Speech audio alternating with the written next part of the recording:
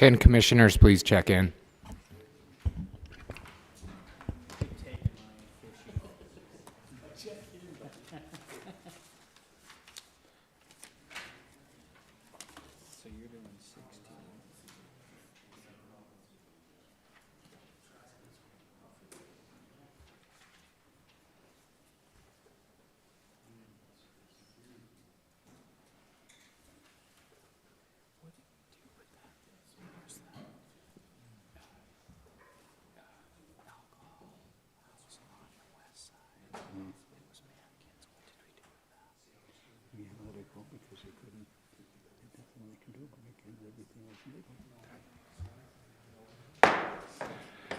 I'd like to call the Butte-Silver Bowl Council of Commissioners regular meeting for Wednesday, November 6, 2024 to order. Please have roll call. 9 present, 3 absent. 9 present, 3 absent. Please note that Commissioner Callahan, Commissioner Anderson, and Commissioner Shea are absent from tonight's meeting. Next, we'll move to the prayer and the pledge. Commissioner Sorge, could you lead us, please?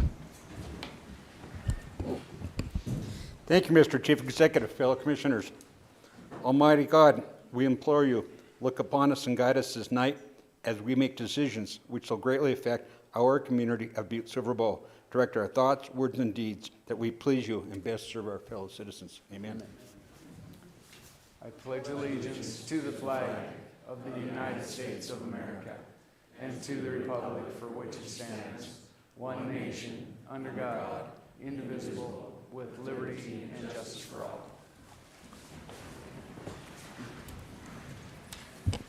Next, we'll move on to any public comment on any items on tonight's agenda. If you'd like to come forward to speak on any item on the agenda tonight, come up to the podium, state your name, your address, and what item you would like to speak on tonight.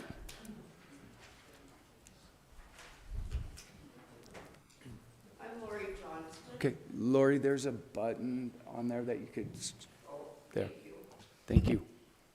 Thank you. I'm Lori Johnston. I live at 731 South Montana, and I'm here to talk about, I think it's item number 14. Okay. Am I going to be kicked out right off the gate? You're good. You're good. No, I'm here to talk about what's happening at my property at 731 South Montana. Okay. Go ahead. Yes, go ahead. Okay.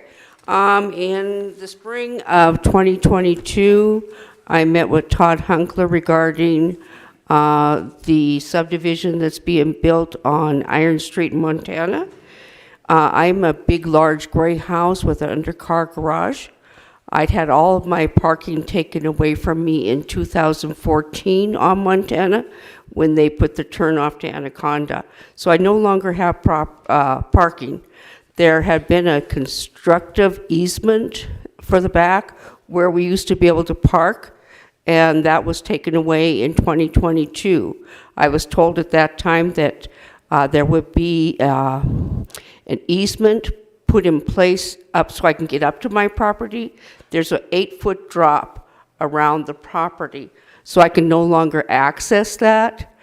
And I was told that in the summer of 2023, it would be absolutely completed. And then I called my commissioner, Eric. Eric, I want to thank you. And I have talked to him multiple times about this. He's been in contact with Todd Hunkler about this. I was told that they had run out of money.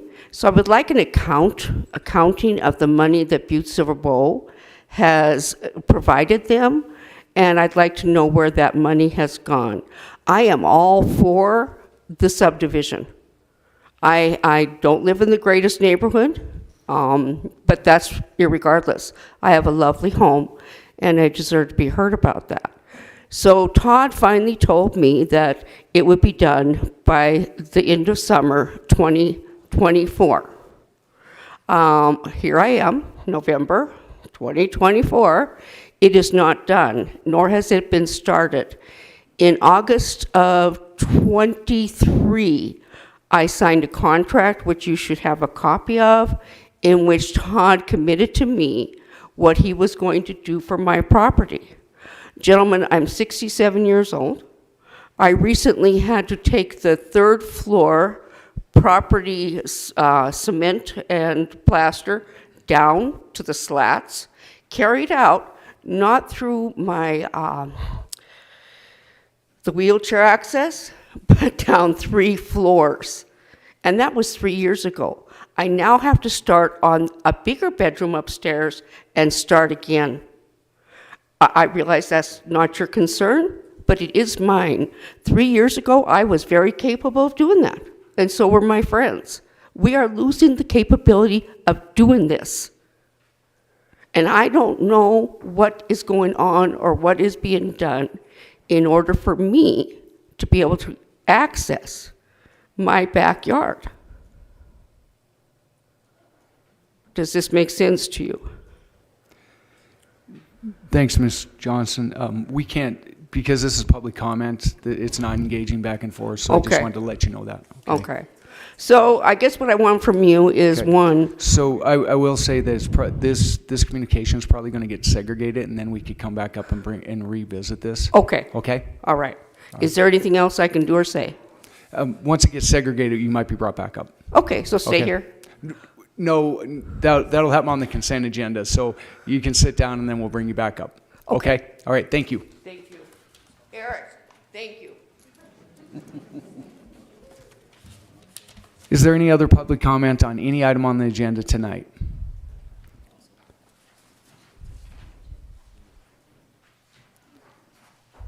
I'm Russ Farringer. I live out in Flint Creek Estates, and I want to thank all you folks for allowing us here, we've got a pretty good group, to appear before you tonight.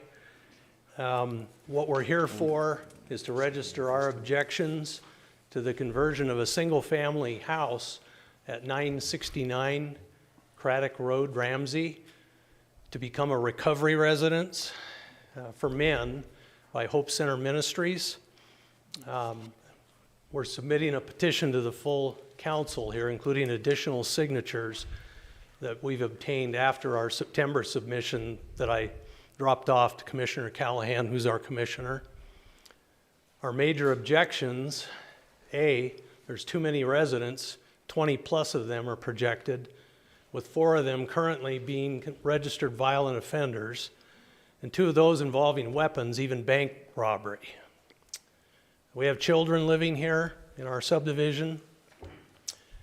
Would you want those types of people concentrated in your backyard? They cycle through on 1-year programs, meaning tracking the threat level of the occupants will be nearly impossible without a daily review of the SVOR registry. And that's how we found out about the 4. These people don't communicate with anyone. Basically, they operate under the radar. Dan was not aware of any of this when I talked to him over the phone back in September, so I brought him up to date on it at that time. There's no physical barriers to contain residents on this property. They've got a 5-wire barbed wire fence that was with the home to start with, and that's their security. I don't know if you guys are familiar with these types of facilities. They've been around for just a couple of years. These guys actually are moving there from Divide. They already had a men's facility there. Their other facility, which was first started in 2002, is in Clancy, and it's for women. And we've been told that our area has NZ zoning, that because of that, nothing can be done at the county level. There's no government oversight, licensing, certification, or any other control over the operation of this organization. Our rebuttal to that NZ zoning argument is that the county regulates outdoor burning, building, excavation, etc., all due to public safety concerns. And our safety and security is at risk and should outweigh the interests of this Oklahoma-based nonprofit, in our opinion. The state regs that we found protecting these types of facilities currently apply to facilities housing 8 residents or less. So this one's 3 times larger, basically. Mr. Farringer? Yes. We're going to also segregate this so that, Okay. because if well, we could have commissioners offer questions to you and stuff. So Okay. we'll do that as well. Okay. I've So if you- virtually done anyway, so Okay. with my presentation, but that's Okay. fine. Okay. Call me back up. All right. No, if you've got just a little bit more, go ahead and finish. I just wanted to let you know that this is going to get segregated as well. That's fine, yeah. The only other thing I was gonna say here, that we've come up with a few alternatives in our opinion. Number one being, I know you're all aware of the 32,000 acre state-owned prison ranch. There's lots of vacant buildings in Butte and Anaconda. Seems to us that type of a facility should be located in a location like that, not in a neighborhood. Our neighborhood is larger properties. I'm gonna be giving you guys the petition with all those signatures I quoted, so that's pretty much all I've got here right now, so Thank you, Mr. Farragut. thank you. Is there any other public comment on tonight's agenda? Seeing none, we'll move on to, we're going to move communication out of the consent agenda. It would be item number 12, and we're going to move it to be read and acted upon in front of in front of section 1. So we're going to move item number 12 out of the consent agenda, communication number 2024-521, J.P. Gallagher, Chief Executive, requesting Council of Commissioners concurrence to the appointment of Craig Germain as Director of Information Technology for Butte-Silver Bow. So tonight, I want to introduce Craig Germain. As we talked about in the budget process, we have, in Butte-Silver Bow, the IT department has expanded. The needs, and I think we're experiencing some of those needs tonight as we're seeing some of the IT issues that we're having with the internet being down, but it's expanded, and the risks associated with IT have greatly increased, and we've seen some of the things that happen within IT with the school district and things as well. So the IT department is now becoming their own department. It used to be regulated, or the finance and budget director used to be the director in charge of IT, and now this will be their own department. So tonight I would like Craig to come forward, and I'd like to introduce him. So Craig came to us with a vast array of experience, and we did a nationwide search for IT director here in Butte, and Craig has had a ton of experience at the state level, working with the DNRC and within GIS, within IT departments in the state, with a vast knowledge of IT. And so the committee together highly recommended Craig, and he has accepted. He started on November 1st. We didn't have a meeting at the end of November, so we couldn't bring him forward to have the concurrence of the council here on this. And so I wanted to introduce Craig and have commissioners welcome him here and concur and place on file in this. So any questions? Or okay, Commissioner Thatcher. Thank you, Chief Executive Gallagher. Mr. Germain, welcome to Butte. Not sure if you know it, but it is the greatest place on the planet, so we hope you treat it as such.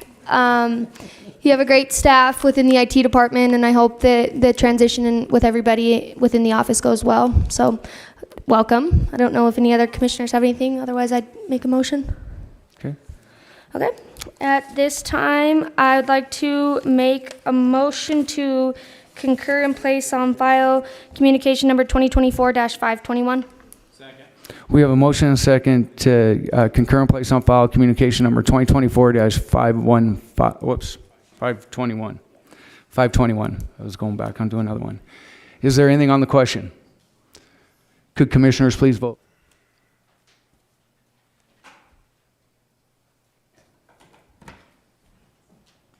And would anyone like to change their vote? Clerk, please record the vote. 9 yea, 0 nay. 9 yea, 0 nay. Motion passes, and we'd like to welcome you. So I give you.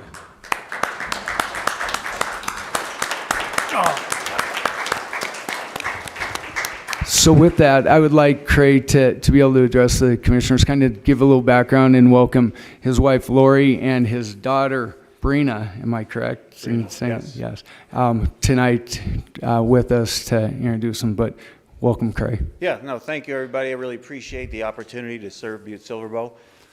We were told we've been up in Helena for 16 years, and as JP said, I worked for the state for most of that time. And we were told by a number of people who heard we were moving down here how nice the people were, and that it was a really great community. And so far, you guys have proved them right. So I really appreciate it, and we're looking forward to the opportunity to be here. So far, it's been a good start. So thank you very much.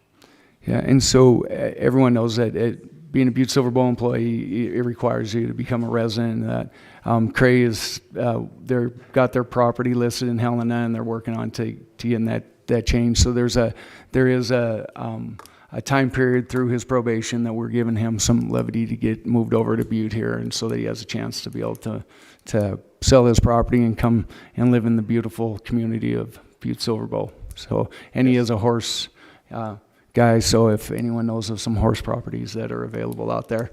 There we go. We appreciate it. Yeah, we want him to know. So once again, Craig, welcome. We look forward to working with you. IT touches every one of our departments, and so you're going to get to know everybody in Butte-Silver Bowl very quickly. So welcome. I know that you guys are going to be driving back to Helena tonight, so we'll let you guys go out and celebrate tonight and have a safe drive back. All righty. Thank you, everybody. Thank you. Appreciate it. All right. Next, moving on to Section 1, bid openings, public hearings, and our presentations. We have 3 bid openings, it looks like, today. County Attorney, do we have proof of publication? Yes, Chief Executive, we have publication for all 3 bid openings. Thank you, County Attorney.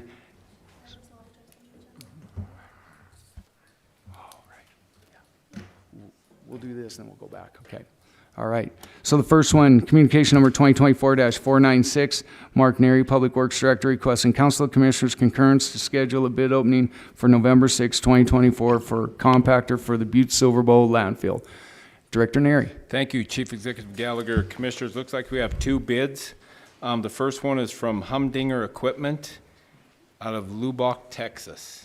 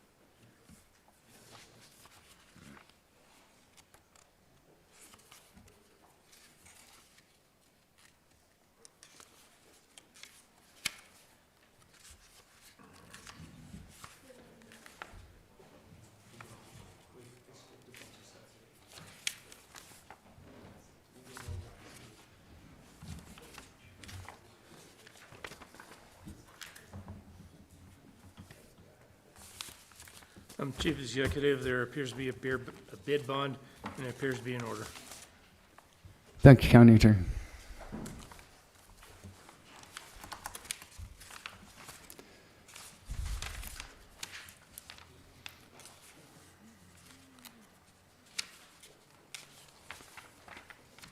Have it hidden.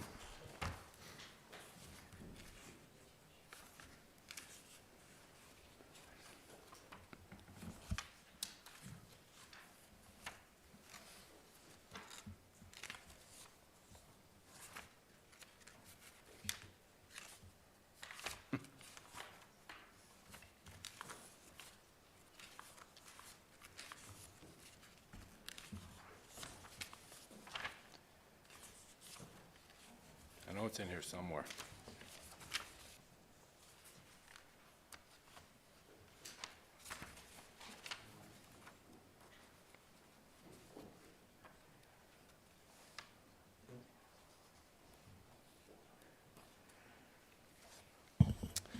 Chief Executive Gallagher, the Commissioners, the total price on the compactor is $884,000 even.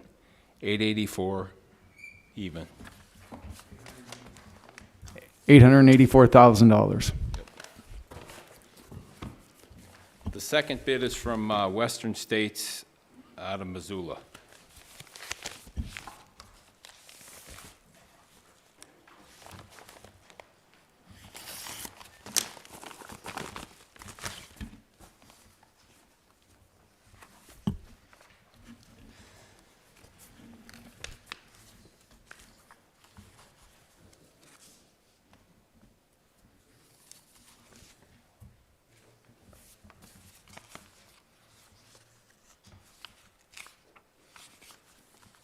Chief Executive, there appears to be a bid bond, and it appears to be in order. Thank you, County Attorney Clegg.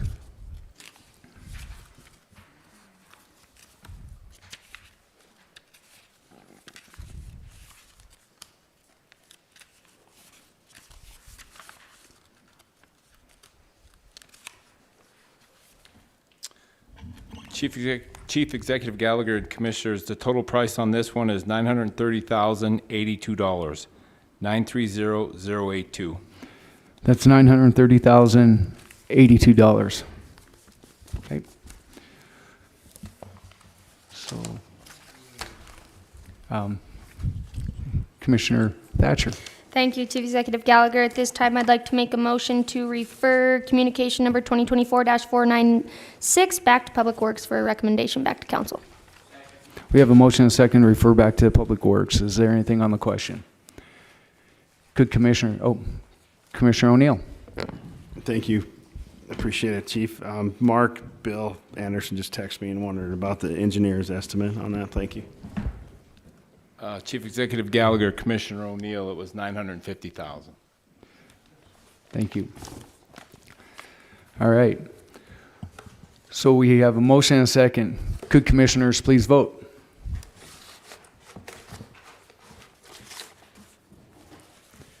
And would anyone like to change their vote? Clerk, please record the vote. 9 yeas, 0 nay. 9 yeas, 0 nay, motion passes. Moving on to communication number 2024-497, John Sullivan, Government Buildings Manager, requesting Council Commissioners' concurrence to reschedule a bid opening for November 6, 2024 for the DX cooling system for the detention center. That's Government Buildings Manager Sullivan. Thanks, Chief Executive and County Commissioners.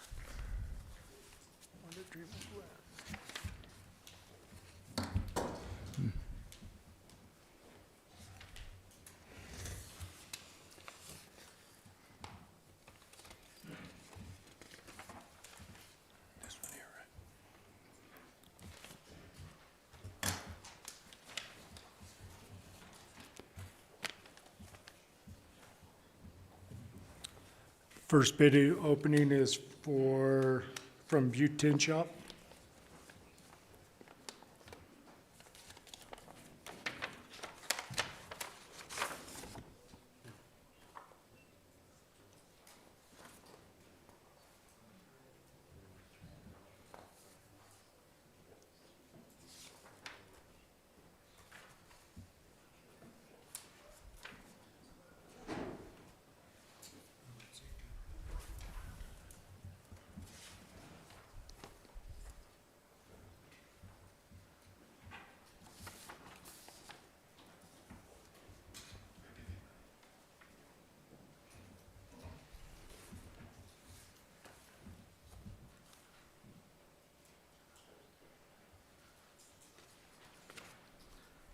Chief Executive Gallagher, there does not appear to be a bid bond for this Okay. bid. Thank you, County Attorney Clegg. So with that, we can't accept that bid. Is that correct? That's correct, Okay. Chief Executive.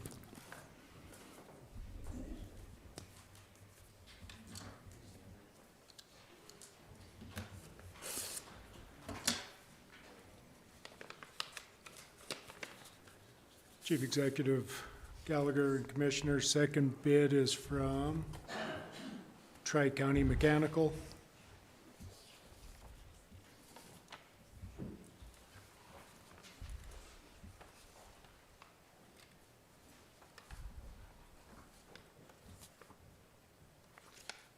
Chief Executive, there is a bid bond. It appears to be in order.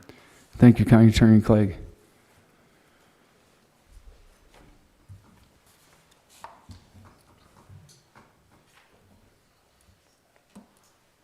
This bid is 247,878, 247,878. That's 247,878. That's correct, Chief. Okay. All right. Commissioner Thatcher.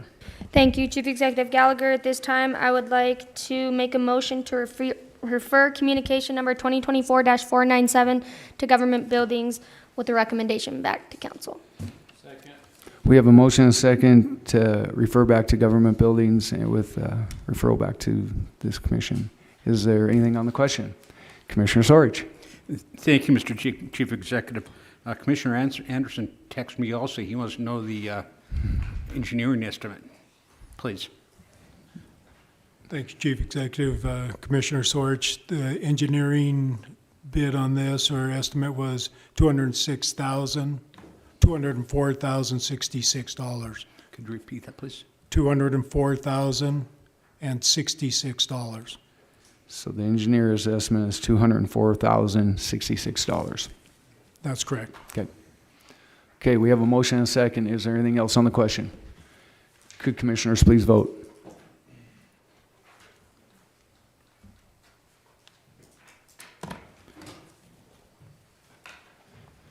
And would anyone like to change their vote?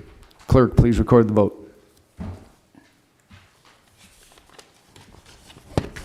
8 yea, 1 nay. 8 yea, 1 nay, motion passes. Motion passes. Moving on to communication number 2024-498, Mark Neary, Public Works Director, requesting Council of Commissioners concurrence to reschedule a bid opening for November 6, 2024 for the Molten Reservoir Treatment Plant Filtration Replacement Project. Director Neary. Thank you, Chief Executive Gallagher. Commissioners, looks like we have 3 bids for this project. The first one is from Battle Ridge Builders out of Belgrade.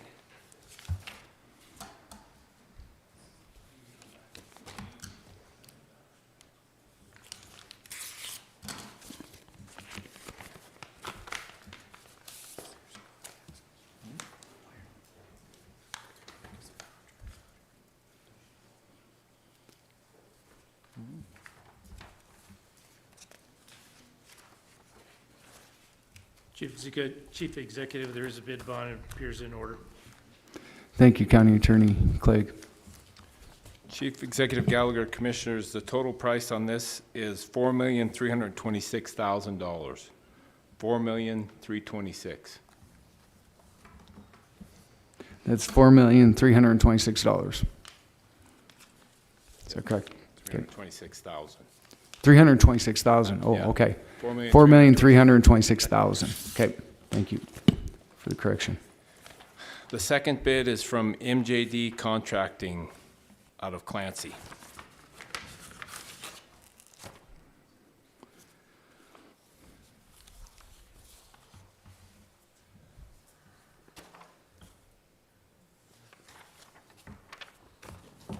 Chief Executive, there is a bid bond. It appears to be in order.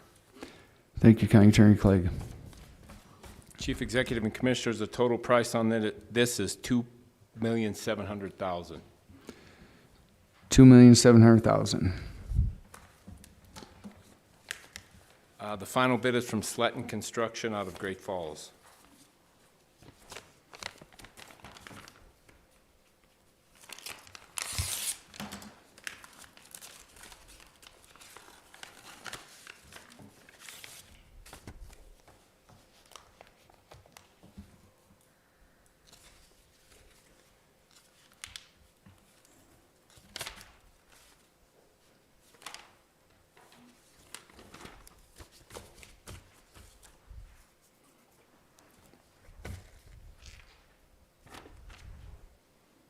Shouldn't there be more to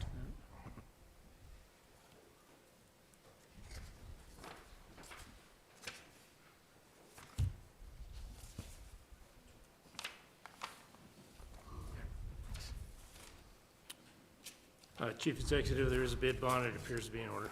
Thank you, County Attorney Clegg. Chief Executive Gallagher, the Commissioners, the total on this is $4,335,700. $4,335,700. That's $4,335,700. Okay. Commissioner Thatcher. Thank you, Chief Executive Gallagher. At this time, I'd like to make a motion to refer communication number 2024-498 back to Public Works for a recommendation back to council.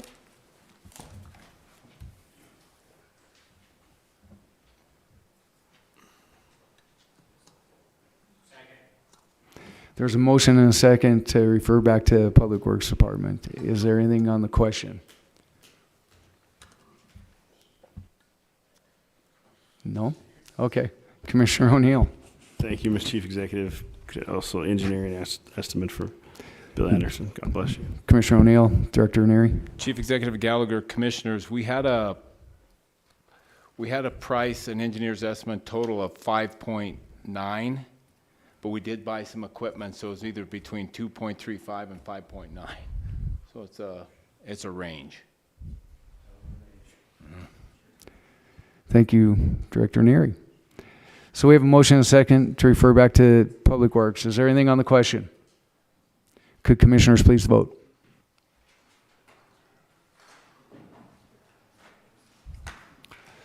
And would anyone like to change their vote? Clerk, please record the vote.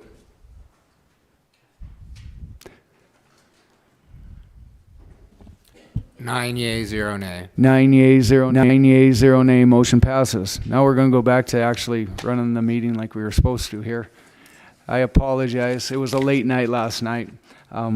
So next we'll move on to items not addressed on the agenda. We do have one. Commissioner Thatcher. Emergency suspension. Commissioner, or Chief Executive Gallagher, could we do approval of the minutes first? Oh, yes. Yeah.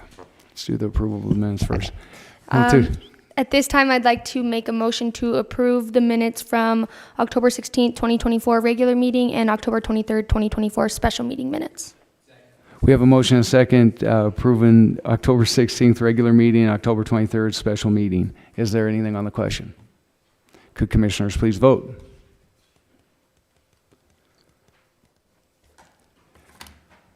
And would anyone like to change their vote? Clerk, please record the vote. 9 yea, 0 nay. 9 yeas, 0 nay, motion passes. Now let's get in order. Items not addressed on the agenda. We have one. Commissioner Thatcher. Yes, thank you, Chief Executive Gallagher. So in accordance with the provisions of Rule 7 of the Rules of Business of the Council of Commissioners of the City and County of Butte-Silver Bow, State of Montana, the council hereby finds that an emergency condition exists which requires the council rules be suspended to allow for final passage on first reading for resolution number 2024-20. The reason for suspension is as follows. Council Communication 2024-524 and 2024-531 are communications from Angie Mulliken, Public Works Department, requesting withdrawal Council Communication 2024-524 and add 2024-531 to November 6, 2024 regular council meeting. The Public Works Department received a protest on the bid award for the solids handling project for the wastewater treatment plant. The Public Works Department believes that it is in the best interest of the city county to reject all the bids and rebid the project.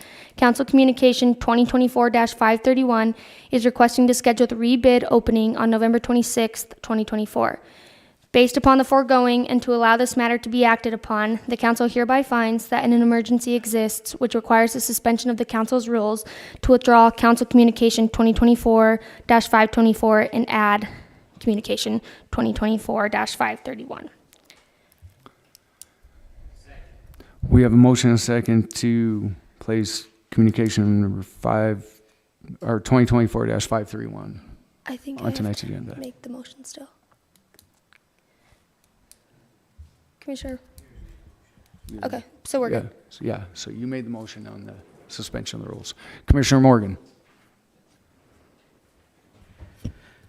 Thank you, Mr. Chief Executive. Never mind. Okay, so we have a motion and a second. Is there to place communication number 2024-531 on tonight's agenda? Is there anything on the question? Could commissioners please vote?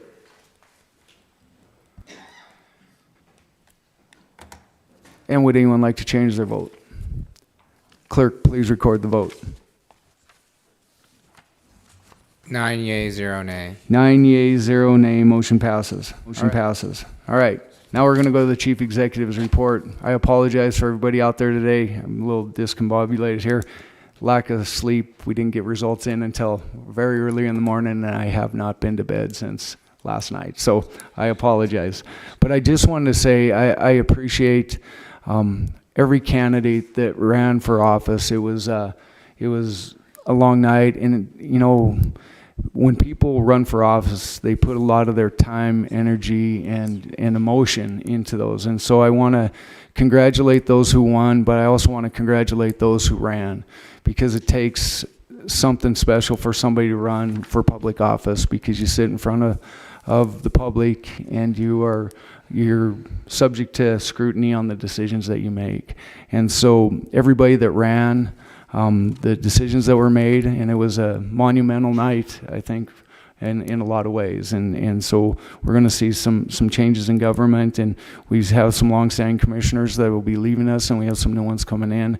I just want to congratulate everybody and thank you all for your service and for throwing your hat in the ring, because it takes something special to do that. And so with that, we have a lot of people in here tonight. We want to get moving on the meeting, so we will close the chief executive's report, and we'll move on to section 2, consent agenda, A 1 through 4 and B 1 through 21, with the exception of item number 12, which we already do we keep that on there, Commissioner? Because we read and acted upon that one already. Okay, all right, thank you. So 1 through 21. Is there any friendly amendments or segregations? Commissioner Sorge. Thank you, Mr. Chief Executive. I would like to segregate in Section B, number 16, communication number 2024-525. That's item 16, communication number 2024-525. Commissioner Fisher. Thank you, Chief Executive. I would like to segregate in Section B, communication number 9, 2024-518. Okay, that's item number 9, communication number 2024-518. Commissioner Thatcher. Thank you, Chief Executive Gallagher. I would first like to make a couple friendly amendments to communicate number 13 and number 14, just a friendly amendment to change the recommendations both to refer to committee of the whole. And then I also have a couple segregations. What is that? I would like to segregate number 15. I think that one's already being segregated by somebody else. Number 6, communication number 2024-15. And I think that does it for me. Okay. Thank you. So that's item number 6, communication number 2024-515, and communication number 15, or item number 15, communication number 2024-324. Commissioner Fortune. Chief Executive, I'd like to segregate number 10 and number 11, 2024-519 and 2024-520. So that's item number 10, communication number 2024-519, and item number 11, communication number 2024-520. Is that correct? Commissioner Reardon.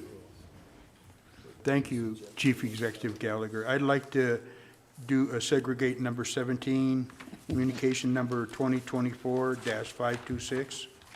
Thank you.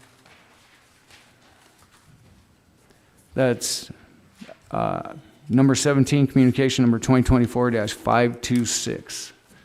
Commissioner Mankins. Thank you, Chief Executive Gallagher. I would like to segregate number 3, communication number 2024-512, and also number 14, communication number 2024-523.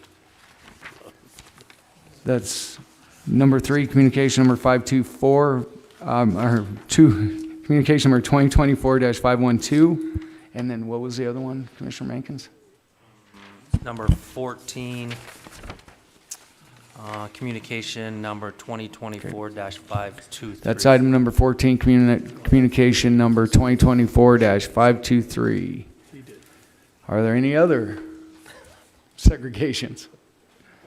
Seeing none. Commissioner Thatcher.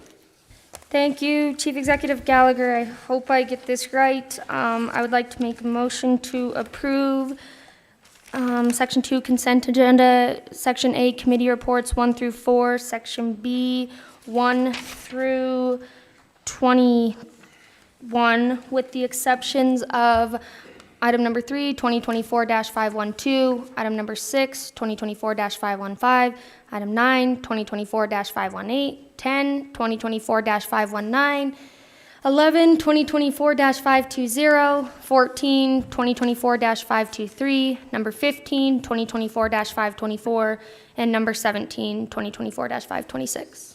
And we had 16 as And, well. I'm sorry, and 16, 2024-525. We have a motion and a second to approve today's consent agenda minus all of the segregations. Is there anything on the question? Could commissioners please vote?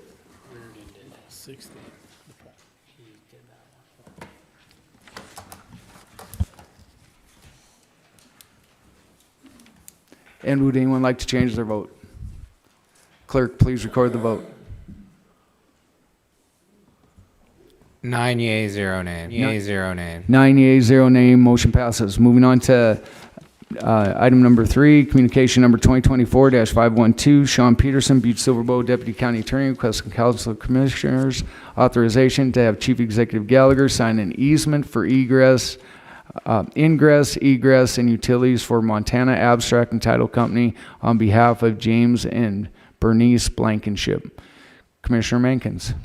Thank you, Chief Executive Gallagher. I just, I couldn't get the communication open, so I just wanted some clarity on, is this going to Abstract, or is this, like it says, behalf, but where James and Bernice Blankenship are with this? Okay.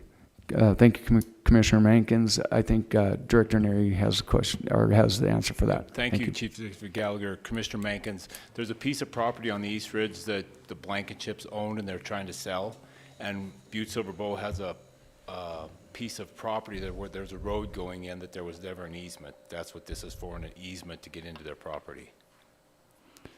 Thank you, Director Neri. Commissioner Mankins? Director Neers, so do you don't see anything with this easement going through that would be a concern later on with selling this property?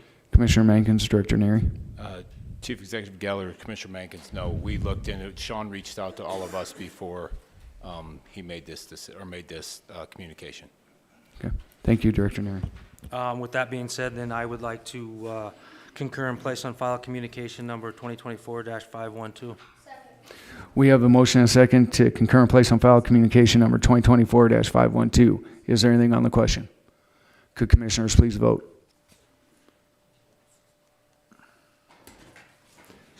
And would anyone like to change their vote? Clerk, please record the vote. 9 yeas, 0 nay. 9 yeas, 0 nay, motion passes. Moving to item number 6, communication number 2024-515. Russ Feringer, did I say that right? I hope. Flint Creek Estates requesting the Council of Commissioners for time on the agenda for opposing the alcohol and drug recovery residents located at 969 Craddock Road, Ramsey, Montana, to be in our neighborhood. Commissioner Thatcher. Thank you, Chief Executive Gallagher. Obviously, it looks like a lot of you are here probably for this issue, so I think it's important that we address it. I do have a question, though, for Planning Director Crane. If you could come up and give us a minute quick. Commissioner, it's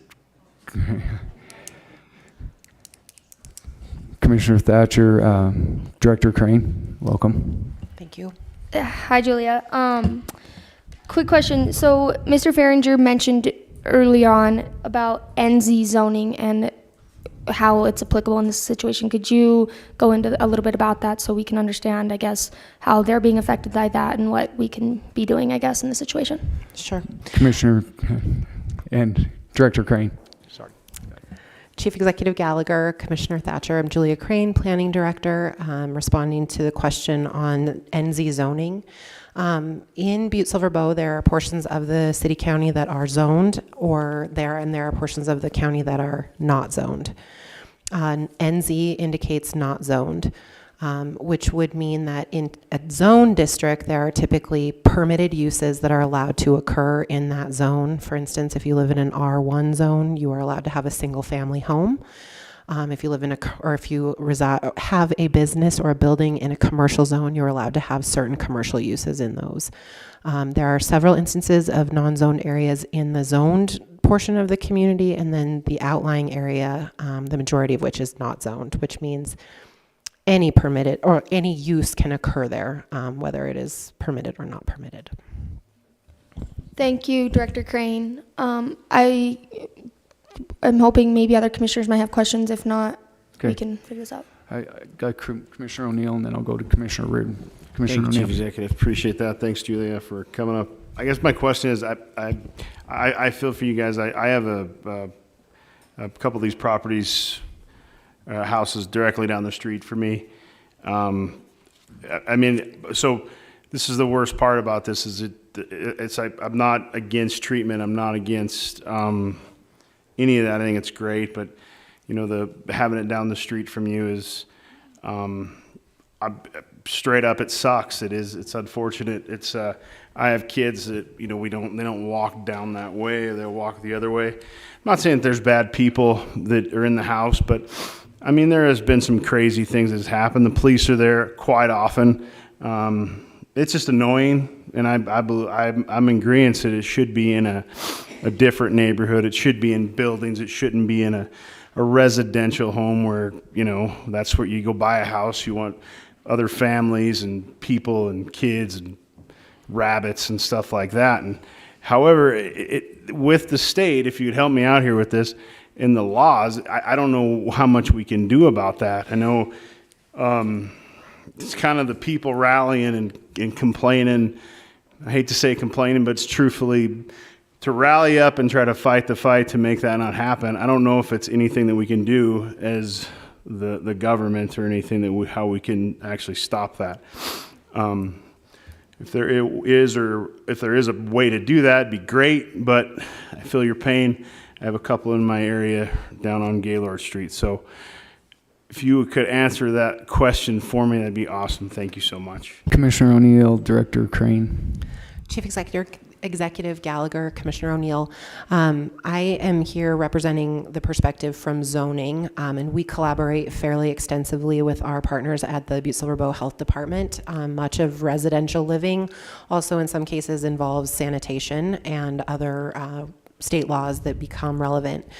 In terms of group living in the state of Montana, when you have 8 or fewer people living in a residential facility, for the purposes of zoning, that is to be considered a single-family residence. When you have greater than 8 people, so 9 or more living in a facility or in a home, new rules take effect. And I called and we have asked Jackie Thompson with the health department to be here tonight because she has been working with the residents at the house that is under discussion, so she can speak more directly to the state rules as they apply when there are more than 9 or more people in a residence. Thank you, Director Crane. Welcome, Jackie. Thank you, Chief Executive. Thank you, Julia. Thank you, Council. I had spoken with Hope Center Ministries since the middle of March in regards to this group home, mostly on the sanitation side of things. However, our department does work with DPHHS at the state level to license group homes. There have been many exemptions that Carolyn from Hope Center Ministry has brought to my attention in regards to it being licensed as a group home. This is a nonprofit, faith-based entity, and so they meet the requirements of less than 25 people on the property. The main focus of our health department currently is the sanitation portion of it. as it is a septic system and well that will be used to serve the site. And in regards to that, we've been working really closely with them as well as with the consultant here in Butte-Silver Bow to ensure that the proper wastewater system goes in. But from my understanding and my discussion with them, as well as with people at the DEQ, they do meet a lot of exemptions to the MCAs. Unfortunately, I did not write them all down as they were being listed off quite frequently. But with it being faith-based and it's not considered a medical facility, it is exempt from certain group home laws as well as other medical facilities would be. Thank you. Thank you, Ms. Thompson. Follow up, Commissioner O'Neill. Thank you, Ms. Chief Executive. So that's where, as we're talking about this in a group and everybody here, that's the unfortunate thing we're dealing with. As far as in Butte-Silver Bow, horrible example would be having 4 dogs. If you want 4 dogs in your house, you have to apply for a kennel license. It's I hate to be disrespectful in that being, but it's almost the same process, but not really. But they're dogs. There's 4 dogs, right? Would you rather have 4 dogs next door neighbor to you, or 25 people living in a house that, you know? So now, if you or anybody else in this room, if we build a house, okay, we can't build a septic. We have to build the septic system for how it is, how the law, how the DEQ goes about it. However, this system, the state allows this to happen. They get to break the rules, basically. So our hands are tied, and it's really unfortunate, right? So anybody that's built a house or is building a house and is applying for the septic permits or drilling a well, you're going to go through all that, pay a lot of money, but however, this entity is able to surpass that, okay? And it's when you mentioned 25 people, I mean that's a lot of people, you know. And it's truly unfortunate. And again, I feel all your pain, but it sucks. Thank you. Thank you, Commissioner O'Neill. Commissioner Reardon. Thank you. In District 8, we have one of these homes, and it is on the corner of California and 2nd Street. And the clientele, I really don't know. There's young people there, there was older people there and all that. And all of a sudden, Powell was there. And I mean, basically because you said it could be permitted, or, you know, is a single family residence acted like. And, you know, there was a few things, you know, like with parking and all that, and I get that. But with a larger amount of people, another thing that I think we really need to look at, if we need to ordinance it or law it or whatever, is the square footage area that these 20 people are going to be staying in. I think, and you're shaking your head, that's right, you know.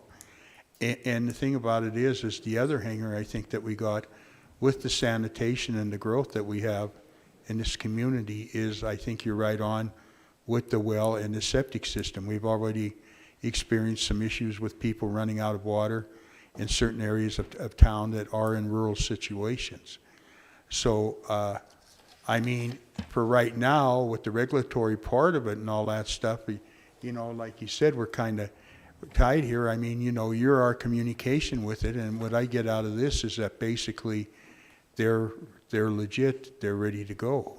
And I don't know what we need to do to fix this. I think it should be a statewide scenario because it's in every community. But like I said, you can see where I believe the capacity was 20 plus people. Hopefully it's a larger, square footage would be a great thing to basically check out to see, you know, with the use of the well and the water. But with the 8 people, what I'm saying, it is working. There were some difficulties with parking. It was accepted by the citizens. I believe these were special people and all that, what makes it a whole different show. And I sympathize with what's going on here and all that, but legality is the big thing here. And I don't think we really have an answer to get it, you know, to make it right. Thank you. Thank you, Commissioner Reardon. Any other questions of commissioners? Commissioner Mankins. Thank you, Chief Executive Gallagher, and thank you, everybody, for being here. I know huge concern with this. So when, Julia, question for you, you talked about not zoned. Why is it not zoned? Commissioner Mankins, Director Crane. Chief Executive Gallagher, Commissioner Mankins, sorry about that. I can't say why it was not zoned at the initiation of zoning in our community. Zoning was initiated in 1978 after the consolidation of the city and county. Knowing then that there was a more rural location of Silver Bow County that was outside of the urban area, it was likely that zoning was not contemplated because there were minimal impacts that would require certain regulation in those areas. However, that is my opinion. I was not around then, so I can't say why there was a decision to or to not. However, the option to zone is available.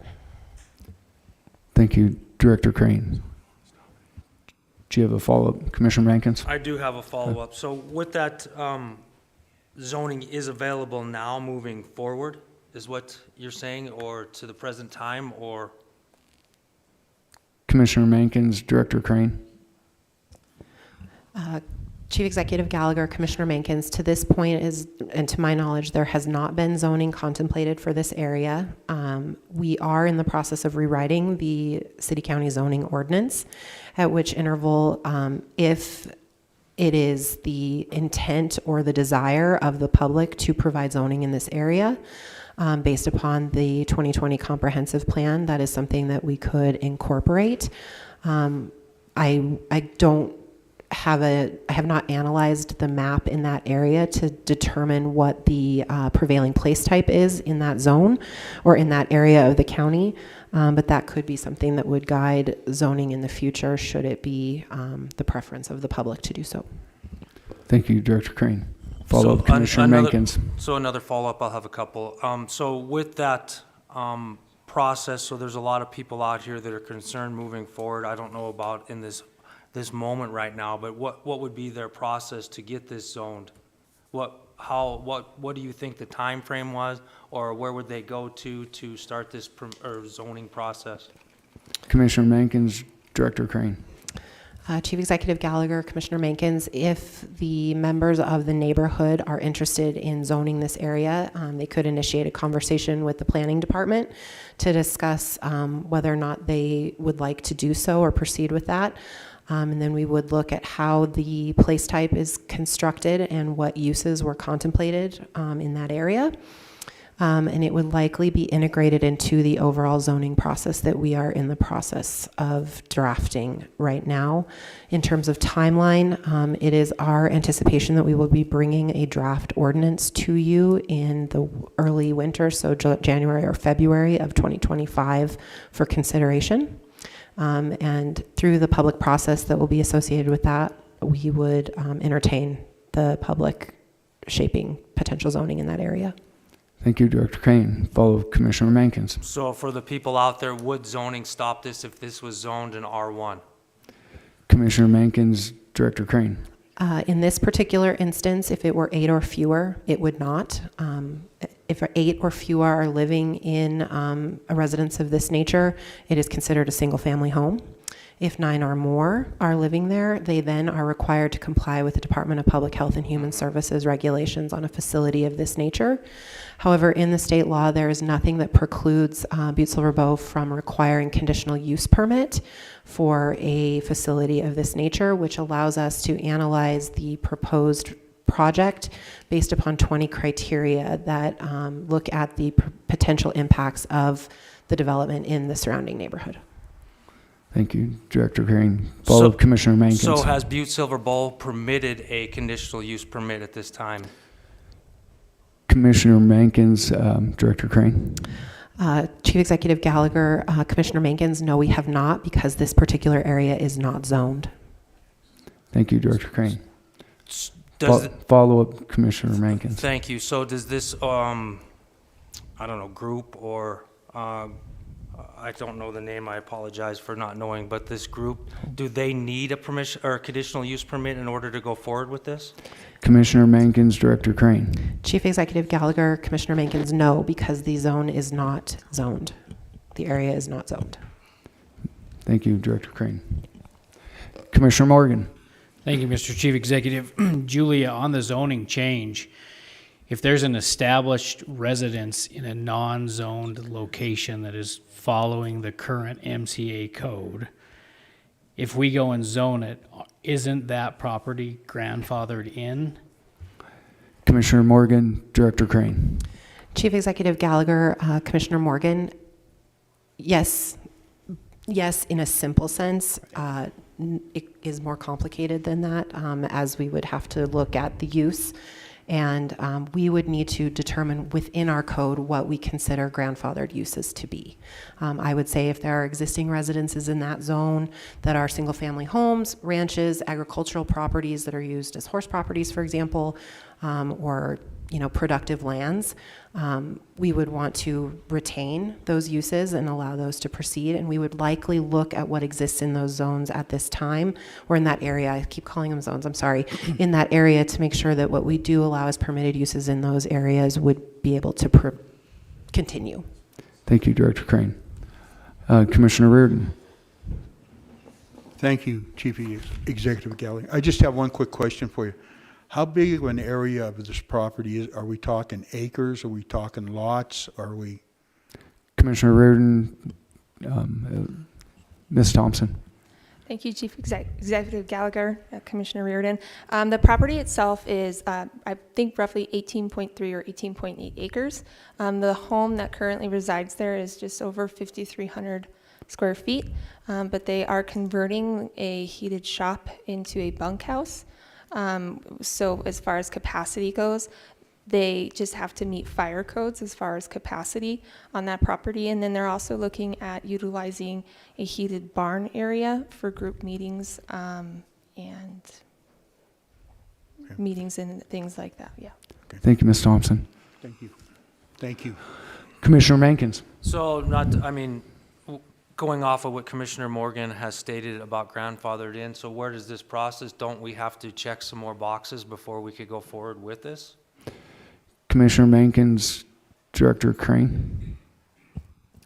Commissioner Gallagher, or Chief Executive Gallagher, Commissioner Mankins, I want to clarify your question. Do we as Butte-Silver Bow have additional requirements that the applicant must fulfill?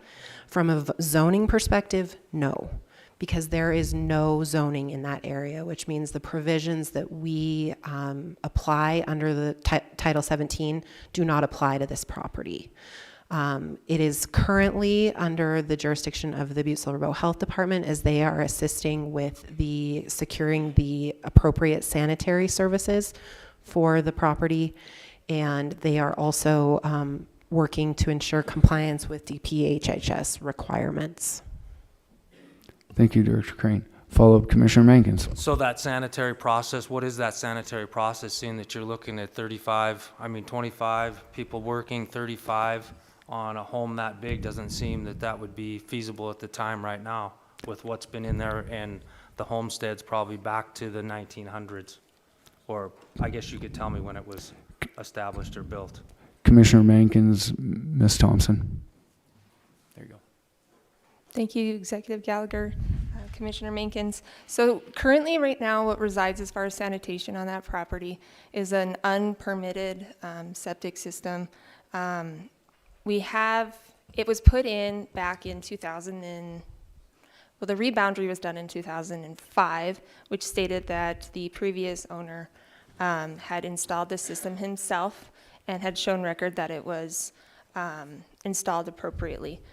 So with that being said, speaking with Hope Center Ministries, we obviously have to do something about that, especially if we're going to have up to 24 people living in this facility. So I'm going to flip through my notes here. I've got a few pages. As you guys are as you've been told, there's a women's shelter from the same company in Clancy. So my office has been in touch with Miss Megan Bullock out of Jefferson County, and she was the one that did the DEQ review for that system.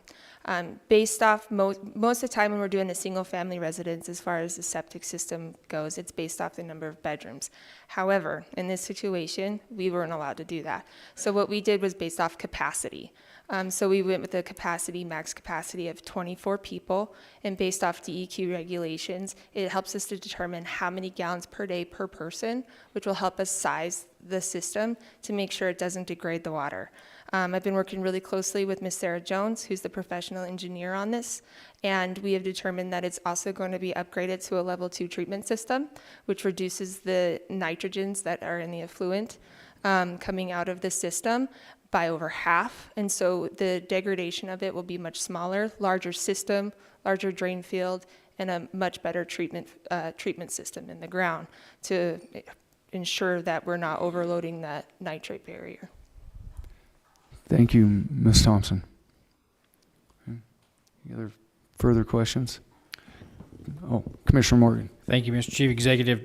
Not really a question, but more of a statement. So, Julie, as we sit here, the current facility is A-OK as far as the zoning rules go that the enforcement the Butte-Silver Bow has.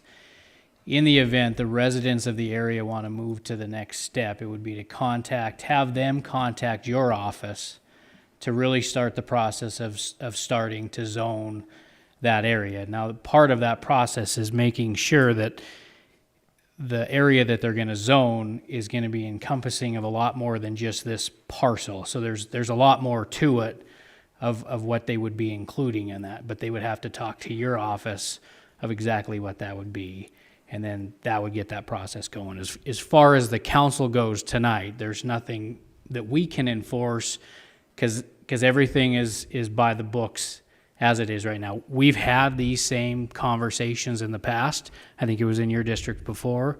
And we had lengthy discussions. We had lengthy legal research into it. And unfortunately, at this point, the council doesn't have a hand in it. But the process moving forward is for them to contact your office and then get going that way. Is that correct? Commissioner Morgan, Director Crane. Chief Executive Gallagher, Commissioner Morgan, that's correct. If the neighbors in that area would like to discuss an intent to zone in their neck of the woods, they can begin contacting me, and I know a couple of people in the audience, and I can give them my contact information. Thank you, Director Crane. Commissioner Fisher. Thank you, Chief Executive Gallagher. We got to be reminded, we're the legislative branch of government. We're to make policy. We cannot make a decision on this, and that's probably why I was recommended to hold an abeyance, because we can oppose this or we can approve it, but we don't have that authority. We're the legislative branch, and we set policy.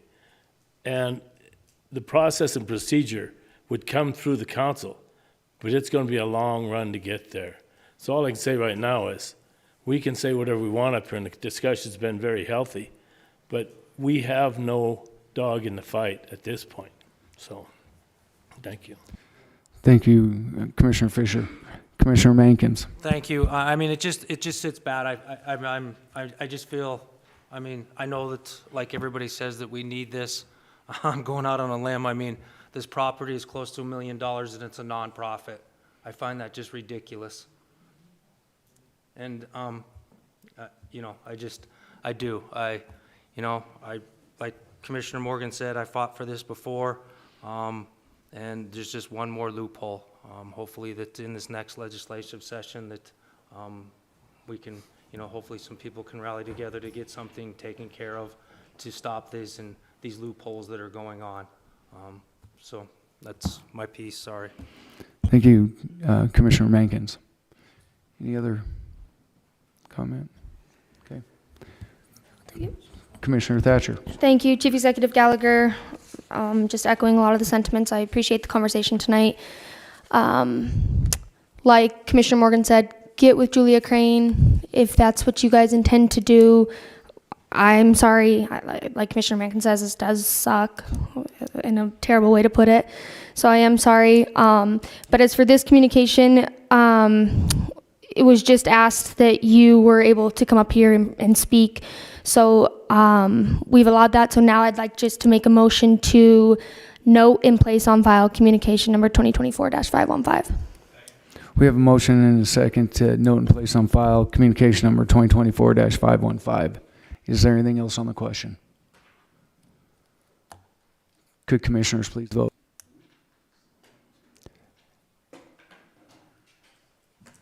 And would anyone like to change their vote? Clerk, please record the vote. 8 yea, 1 nay. 8 yea, 1 nay. 8 yea, 1 nay. Motion passes. Moving on to item number 9, communication number 2024-518. Angie Mulligan, Public Works Budget Manager, informing the council commissioners that due to unforeseen issues with the courthouse sidewalk replacement, it was determined that an ADA ramp be installed, which will change the amount of the project to the amount of $125,000 at final completion. Commissioner Fisher. Thank you, Chief Executive Gallagher.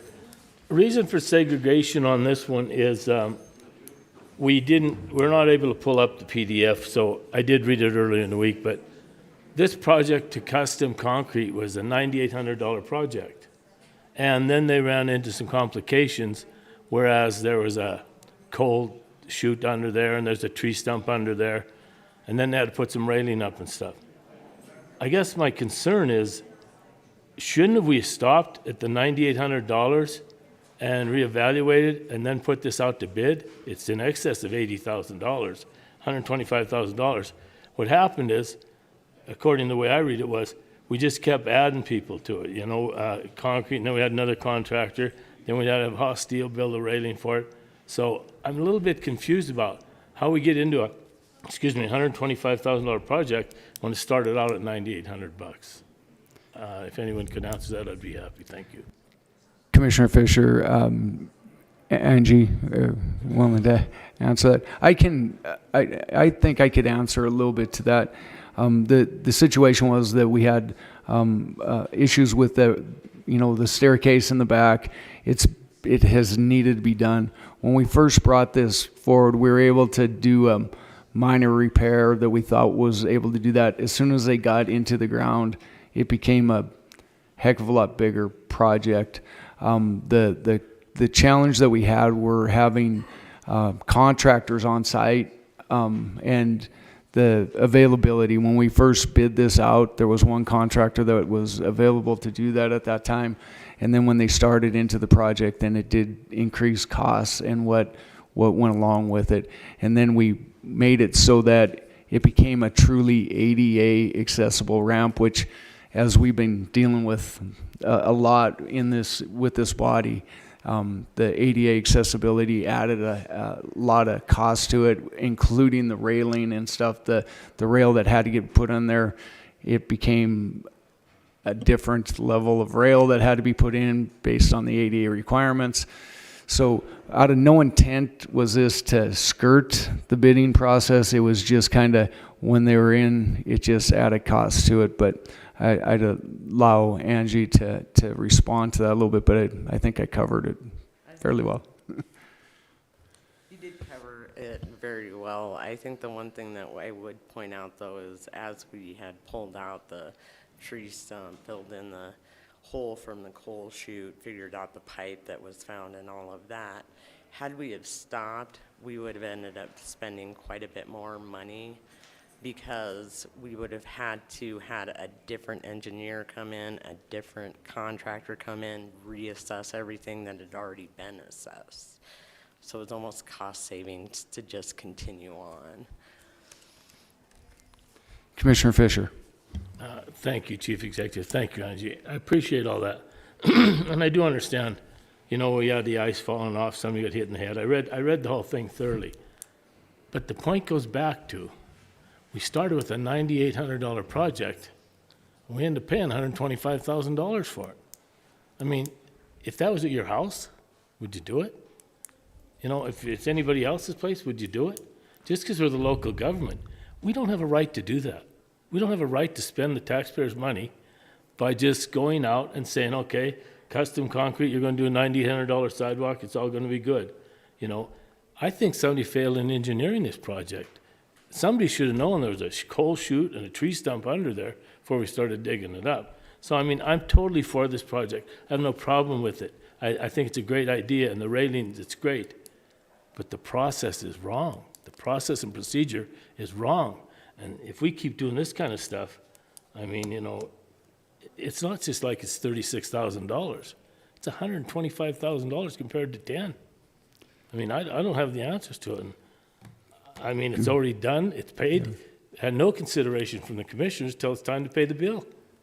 Now, all of a sudden, I gotta go explain to my taxpayers that, you know, hey, we put in a $9,800 sidewalk, we end up paying $125,000 for it. That's like the bridge to nowhere. I mean, if anybody's got any input, I'd be happy to hear it, but I just think the process is flawed, and I think we've had some processes been flawed, and I mean, it's time we gotta take a little better look at some of this stuff before we bite into doing it, so, thank you. Commissioner Fisher, I would agree with you. I think that we needed to do a better job of that. I think that some of the difficulties we ran into, though, is we didn't have the building plans that showed that the coal chute, the different things like that. We have the building plans that went back, but they didn't have that identified in there. So when they were doing the identification of it, there were challenges. And as we've gone through this, we realized that this became a bigger project, and we were continuing forward and not realizing that we weren't staying underneath at least the $80,000 procurement. But we'll do better. I'll promise you that. Okay. Commissioner Fisher. Thank you, Chief Executive. Angie, thank you. And I'm just venting here a little bit, because we have a zoning process, you know, where we've got to get permits to do anything. You know, and it's inspected every step of the way. And you're talking about time. Sometimes we got to wait for an inspector, weather permitting or contractors permitting. We've got a process, and we as consumers of the services of the planning part, we've got to have people come and check this stuff out, check the rebar, make sure everything's in there, you know. It seems like the government, in this case, 10, 11 times the actual money, and nothing, it was flawed. So at this time, I'm going to make a motion that we concur and place on file communication 2024518. Thank you. We have a motion and a second to concur and place on file communication number 2024-518. Is there anything on the question? You're good. Okay.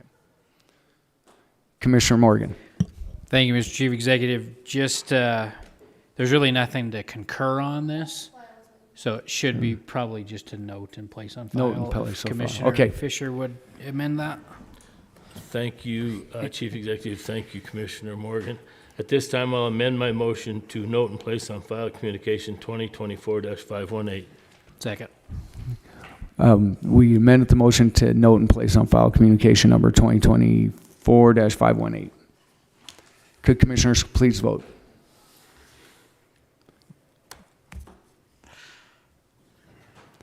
And would anyone like to change their vote? Clerk, please record the vote.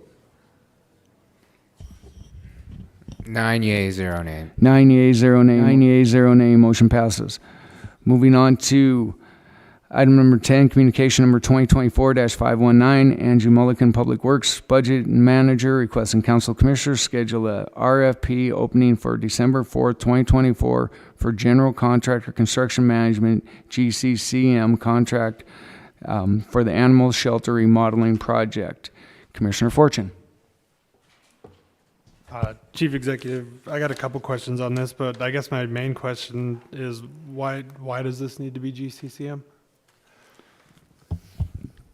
Commissioner Fortune, Angie, if you don't mind.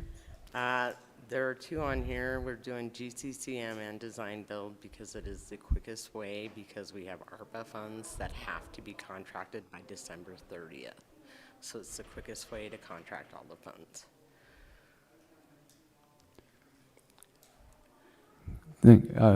Follow up, Commissioner Fortune. So it's GCCM or design build? What one? I'm sorry. Is it GCCM or design build? The first one is a GCCM. The one we're talking about is a GCCM.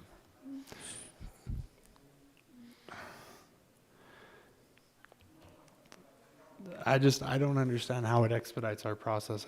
I know I've went on my GCCM sagas before, but I mean, we lose our entire competitive edge doing GCCM.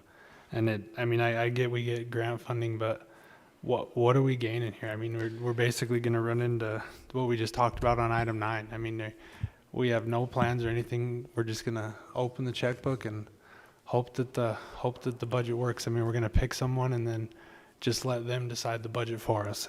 It's just so crazy to me that government spending is doing that. I mean, we bid everything. We bid, I mean, compactors, you name it. We bid tonight. We did 3 bid openings. They went flawlessly. Now we're gonna do GCCM to expedite the process. I mean, the bid opening the 3 we did tonight, that was 2 weeks. I'm losing why it's so much faster and better for us. Commissioner Fortune, If I Ms. may. Mulligan. So on this GCCM, we do have a design. It came from ACE Engineering. So we do have design documents that we are attaching to the GCCM. The reason why this is actually kind of speeding it up for us is because these are fixed price contracts that I'm doing. So we have a budget. This is what you have to state in that budget. You design and you build it. You figure out how to do it within that budget. So it's kind of easier for us or better for us, because then we're not going out doing one contract with an engineer and then doing another one for the contractor. It takes too much time that way. Thank you, Ms. Mulligan. Commissioner Fortune. Chief Executive, so if this project already has design drawings, I mean, we've already eliminated that process. So, I mean, if we have fixed costs, now every person who's going to look at this knows what the costs need to be. I mean, there again, we lose all of our competitive edge. What if you put this out to bid and our fixed cost is $50,000 and someone bids it for 20? I mean, I guarantee every bid's going to be close to 50 or whatever the number is now. It's just crazy that if we have design drawings, every person has the same design drawings to bid off of. Our bid processes aren't that long. And now every person who's going to look at this is going to be right at the fixed costs. There's going to be zero savings to the taxpayers.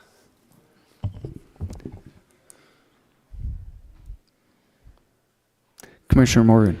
Thank you, Mr. Chief Executive. Angie, so if this were to go out to bid, what would that process look like from today? Commissioner Morgan, Ms. Mulligan. Chief Executive, Commissioner Morgan. If this were a bid opening request, it would open probably on November 27th, 6th, and then it would be contracted either on December 4th or on the December 20th meeting. So in this process, I could probably change that out and make it a bid. However, I would have to know the technical parts of how to actually build something in order to be able to write that bid, and that's what I don't have. That's why I put it into a GCCM. Thank you, Ms. Mulligan. Commissioner Fortune. Chief Executive, I think the technical parts are the bid document, or the design drawings. I mean, that's the whole technical part. I mean, you have to provide a scope of work if you're doing a GCCM, and it's going to be the same scope of work if you put it out to bid. I think we should, and if I can, I'll do it. I'll make a motion that we change this to be a bid project instead of GCCM. Do that. Commissioner Morgan. Thank you, Mr. Chief Executive. I'm sorry, but procedurally, it would probably be a denial of this communication, and then Angie would have to come back to the body for approval or a bid opening on another front. But Yeah. So, Commissioner Fortune. I guess I'll make a motion to deny this communication and come back with the same application as bid process. So, so we have a motion to deny this. So we have a motion and a second to deny this. I just like to let you know what that does, though. If you deny it tonight, it's going to add another 2 weeks before communication can come forward to you to get the bid documents out. Where would that put us in a timeline?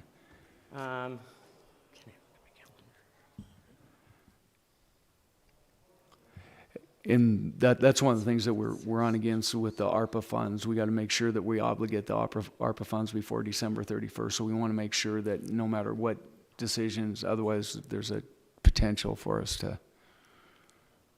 Chief Executive Gallagher, if you would allow me to request a special meeting on the 13th, I could put the bid opening request on the 13th, which would push me out a week. Okay. Which would still be well in line in December to Okay. the contract. That's what I just needed to know, so we had all the information on that for everyone here. Okay. So we have a motion and a second to deny this communication on.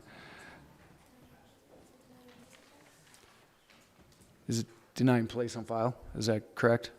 Denying place on file. Communication number 2024-519. Is there anything else on the question? Commissioner Fisher. Seconded that. That was Commissioner thank you. O'Neill, I believe. Yeah. Okay. All right. Commissioner Sorge, are you? Thank you, Mr. Chief Executive. I guess I'm all about it. I think, and Mr. Fortune's correct in saving them, but to me, it seems like we're cutting it real close. So it's, Angie, if anything goes wrong on this, so all the stars got to line up for this to be signed and ready to go by the 31st of December, correct? Oh, yeah, I can make it happen. Okay. Thank you, I Commissioner just don't Sorge. want to see us lose this money because I know the animal shelter has been they've been waiting for a long time to get that done down there, so I just want to make sure we're in good shape. Okay. Thank you. Commissioner Fisher. Thank you, Chief Executive. Angie, thank you for helping us out with this. Do we have an estimate how much this project is going to cost or anything? Commissioner Fisher, Ms. Mulligan. We do have about 100,000 set aside for the project. And then there is a donation that came in that will have part of that money be used to shore up the rest of it. Thank you, Ms. Mulligan. Okay. We have a motion and a second to deny and place on file this communication. Could commissioners please vote?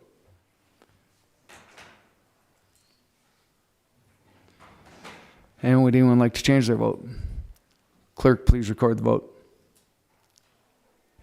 9 yeas, 0 nay. 9 yeas, 0 nay, motion passes. Motion passes. Moving on to item number 11, communication number 2024-520, Angie Mulligan, Public Works Budget Manager, requesting Council Commissioners schedule an RFP opening for November 20th for design build for the courthouse windows restoration replacement project. Commissioner Fortune. Chief Executive, I'm going to read just a sentence of this RFQ to kind of make my comment, but in this RFQ for this project, it says, provide detailed information on projects related to historical window rehab and replacement. Provide at least 3 projects for which your firm has provided the same services. Do not include firm experience unless individuals who will work on this project participate in that experience. So just to give all the commissioners background, I don't know if everybody read this, but this is to replace 588 historical windows. I don't think anybody in Butte, Montana has replaced 588 historical windows or anything similar to that. By doing this RFQ like this, we've basically, in my opinion, eliminated every person to, if we're following the rules of this RFQ, to qualify to do this project. So every local contractor, in my opinion, is eliminated from doing this.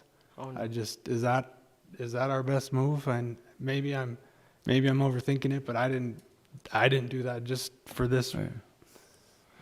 Commissioner Fortune, I'm not positive. I think it's that you have to have, I'm not quite reading it the same as you are, but that you have to have experience with doing historic windows, but not that you've done 590 in a building. Commissioner Fortune.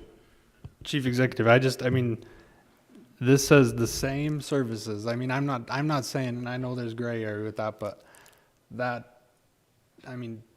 this is a big project, and we're basically eliminating every contractor by doing that. And I can go out on a limb and say I didn't do it just for that reason. And these RFQs, and I know I just go on these sagas all the time, but whoever writes these, in my mind, we're writing it to give someone the job. I mean, we're giving who we want the job. And then there's a couple other things that are they're kind of weird in here, but this says you have to have Davis-Bacon wages, which I understand, but then later in the RFQ it says provide current rate sheets for your firm. If it's Davis-Bacon, why are we grading people on their work rate sheets? They should all be the same rates. Commissioner Fortune, I don't have the answer to those questions, but Angie, can you help us with that? Yeah, Chief Executive, Commissioner Fortune, the rates are for their engineering services or their design services. Davis-Bacon or prevailing wage is what we really use, is what applies to any of the construction services. So the reason why we went with design build on this one was not to exclude anybody, and we did have a couple of local contractors put in RFQs for it, or their SOQs for it. What it does is it combines both the people that know the historic parts of it, the restoration parts of it, with the construction people and the window makers. So it's kind of a way of getting them all into one room at the same time on one contract. Again, it's to save time. Thanks, Ms. Mulligan. Commissioner Fortune. So just one more question, but this thing was put out October 1st, and we're not going to open it till November 20th. I mean, if we're trying to save time, why are we waiting almost 60 days to open these? Commissioner Fortune, Ms. Mulligan. Chief Executive Gallagher, Commissioner Fortune. It's because if you read the alternative delivery contracts law, you have to do an RFQ first. That usually we post for at least 2 to 3 weeks. Then you do an RFP and open it. So that's why we have that lag time. Okay, Commissioner Morgan. Thank you, Mr. Chief Executive. On the language, Justin, the way that I understood that was that if I had John Morgan Enterprise and I had Jim Fisher as my installer who has done that type of work in the past, that I can't put his experience on it unless he's going to be actually doing the work installing the windows. I can't just say, I got a guy that's in the background that has done it, but I'm just going to do it myself and say I'm using him, that he actually has to do the work. Could it be read that way? Commissioner Morgan, Commissioner Fortune. Chief Executive, Commissioner Morgan, I think that's part of my concern is it's such a gray area that, I mean, how do we even vet these firms? For one, I mean, this is a big project, and I mean, just like you said, I mean, you interpreted it a different way than I did, and we're expecting all these firms to put in these qualifications, and somebody's going to say, oh yeah, they're qualified, but every person interpreted it differently. I mean, there's 2 different interpretations tonight. It's just concerning to me that. Sure. Okay. So, do you want to make a motion or do something? Yeah, I just wanted to make my comments, so I'll just make a motion that we hold in advance, I guess. Okay. So, okay,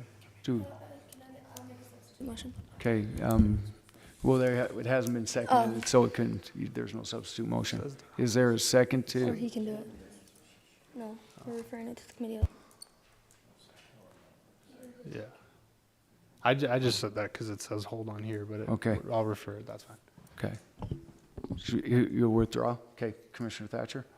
Yeah, I'll make a motion to refer communication number 2024-520 to the committee of the whole. We have a motion and a second to refer to the committee of the whole. Is there anything on the question?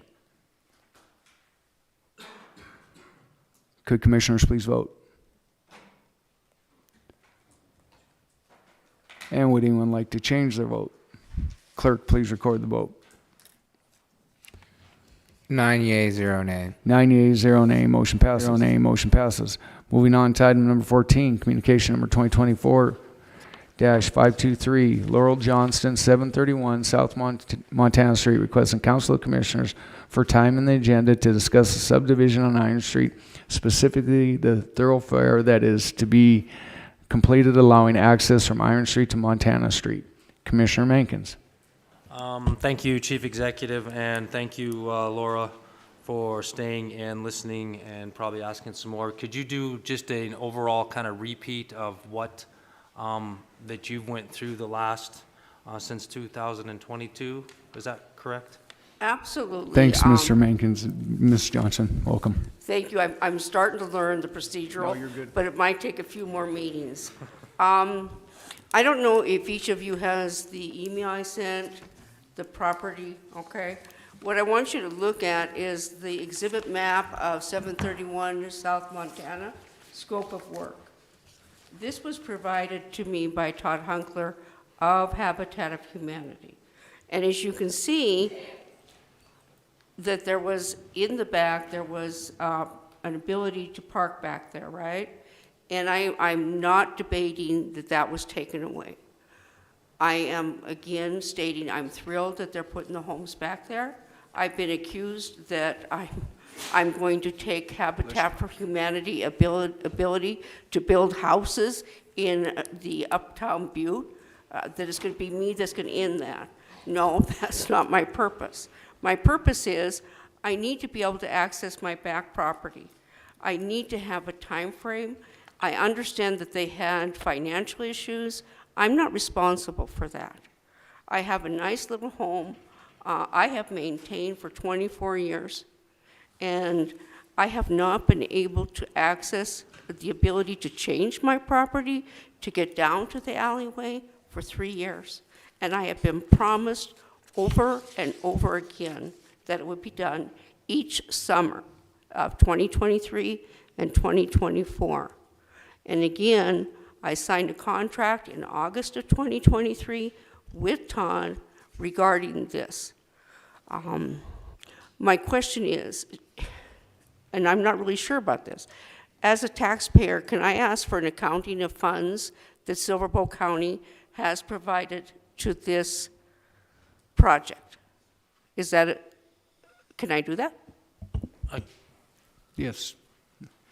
Yeah, so I see that Karen Burns is in the audience right now, and I know that she has given some money, or Karen Hassler is in here too, but I also want to see, I guess Karen Hassler first to see how much money has been given to this project. Commissioner Mankins, can we have Director Hassler come up? I think Director Crane is also part of it.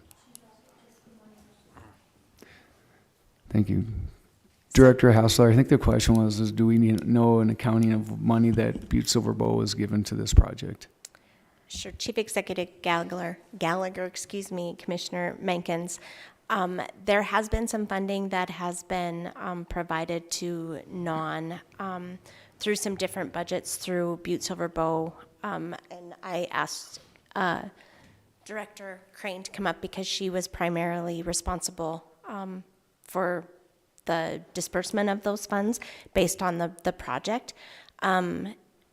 Through the funding that we are recently providing or is under contract for this particular project on Iron Street, there has been nothing expended yet, so there is no accounting. The contract hasn't even been approved. And so as far as what will happen with that funding that is going to be under contract, we keep a full accounting. We have to, according to the ARPA rules and regulations, they're the same as the accounting that we have for our projects under that funding. But Julia or Director Crane can speak more directly for the funds that were provided previously. So just to clarify a little bit on that, that's the $300,000 that has not been approved yet, that we're looking to approve for the ARPA dollars for the non with the ARPA dollars. So that part hasn't been done yet. But I think Mrs. Johnston was asking to see where Julia, I guess, will step in, or possibly if Karen Burns from Community Development could answer it. Okay. Hold on, we've got questions here. So for Ms. Crane, do you know of dollars that have been allocated to this project? Chief Executive Gallagher, Commissioner Mankins, I don't have precise numbers. I can speak from memory. I know that the Superfund Advisory and Redevelopment Trust Authority, under their development support, has provided funding to this project.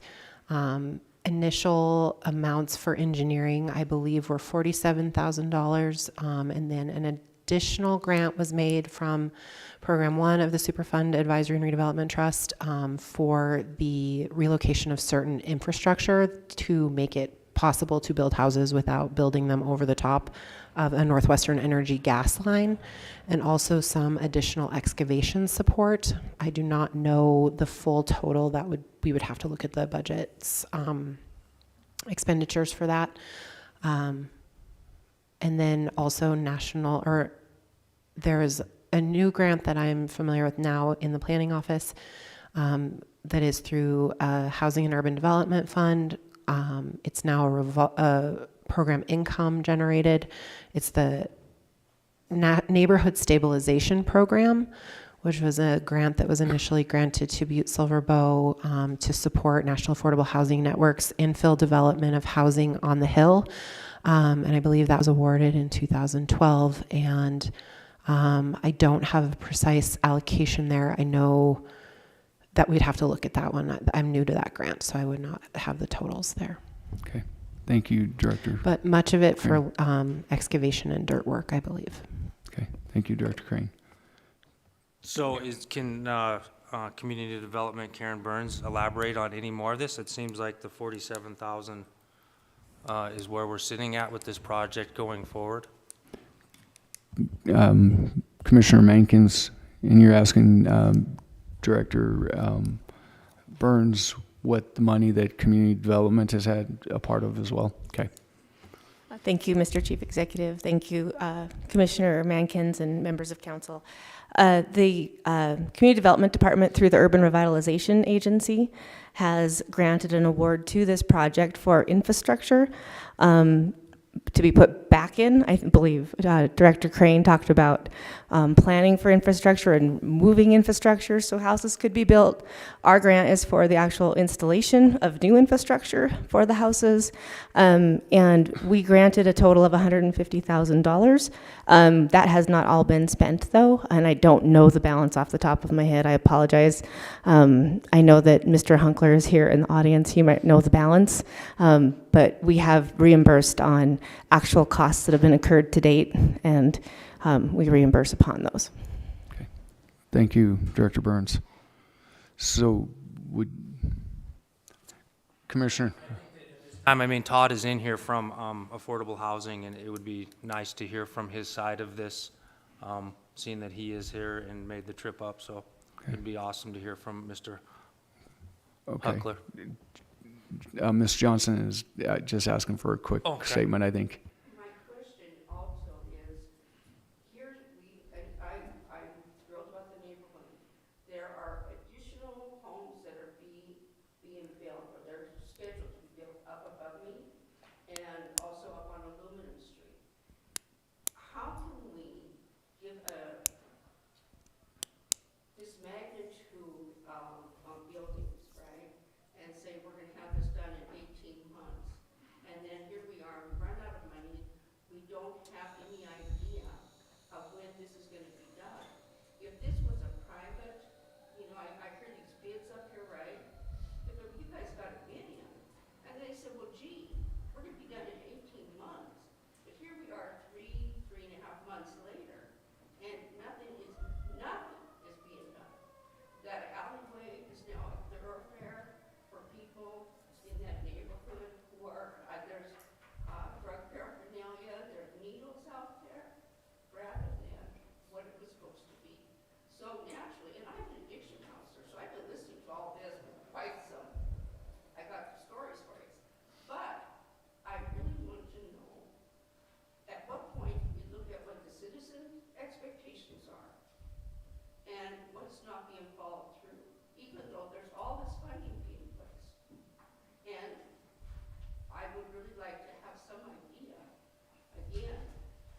talks about putting in an easement to my property, and it's 3 years later. Guys, I'm not getting younger. It's not happening. So I appreciate the thoughts here. Yeah. But I'm extremely frustrated, and I've been given the runaround, as Eric will tell you, for 3 years. Okay. Thank you, Mr. Johnson. So, Mr. Hunkler, I think you've heard the questions or whatever, so go ahead. Executive Gallagher, Commissioner Mankins.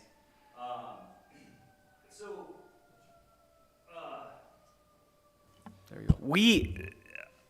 go. I first want to say we remain committed to resolving the issues with Ms. Johnston. And, we have met all of the necessary approvals to be able to move forward with this project. And again, remain committed to resolving her issue. The circumstance with her property specifically is that there was never alley access to the property as she operated it historically. There's no platted alley, and there's no easement in place to access her property. So in a historic use, there was never provided access to this property. That being said, we are, as an organization, trying to be good neighbors and community development partners to make sure these folks in the neighborhood get these solutions. Unfortunately, affordable housing isn't getting any easier. It takes a constant weave of funds to be able to operate these programs, to develop the infrastructure, to do all of the engineering. And in order to run our programs, we have to keep moving with the housing. That takes the priority in our programming. And again, we're committed to resolving this issue. Unfortunately, it hasn't happened in a timeline that Ms. Johnson is happy with, but we can continue to work with her to make sure we get a resolution. The other item of funding for us on the agenda tonight is dealing with an incredibly complex retaining wall issue that came out of some engineering issues that we had on the site, some substantial grade changes that make us able to adjust the circumstances of that grade for stormwater drainage to the entire site. So once we can get to those walls, we can group this in the same scope of work. We have to meet the county procurement processes to be able to do that. So we've got a process that we have to move through to be able to get this. I can't just, I don't have the equipment or resources organizationally to just mob in and work on these projects for Ms. Johnston. And unfortunately, sometimes these things take time. And we're committed to doing this project for her at no cost to her. And we're going to provide her a resolution. We remain committed to that.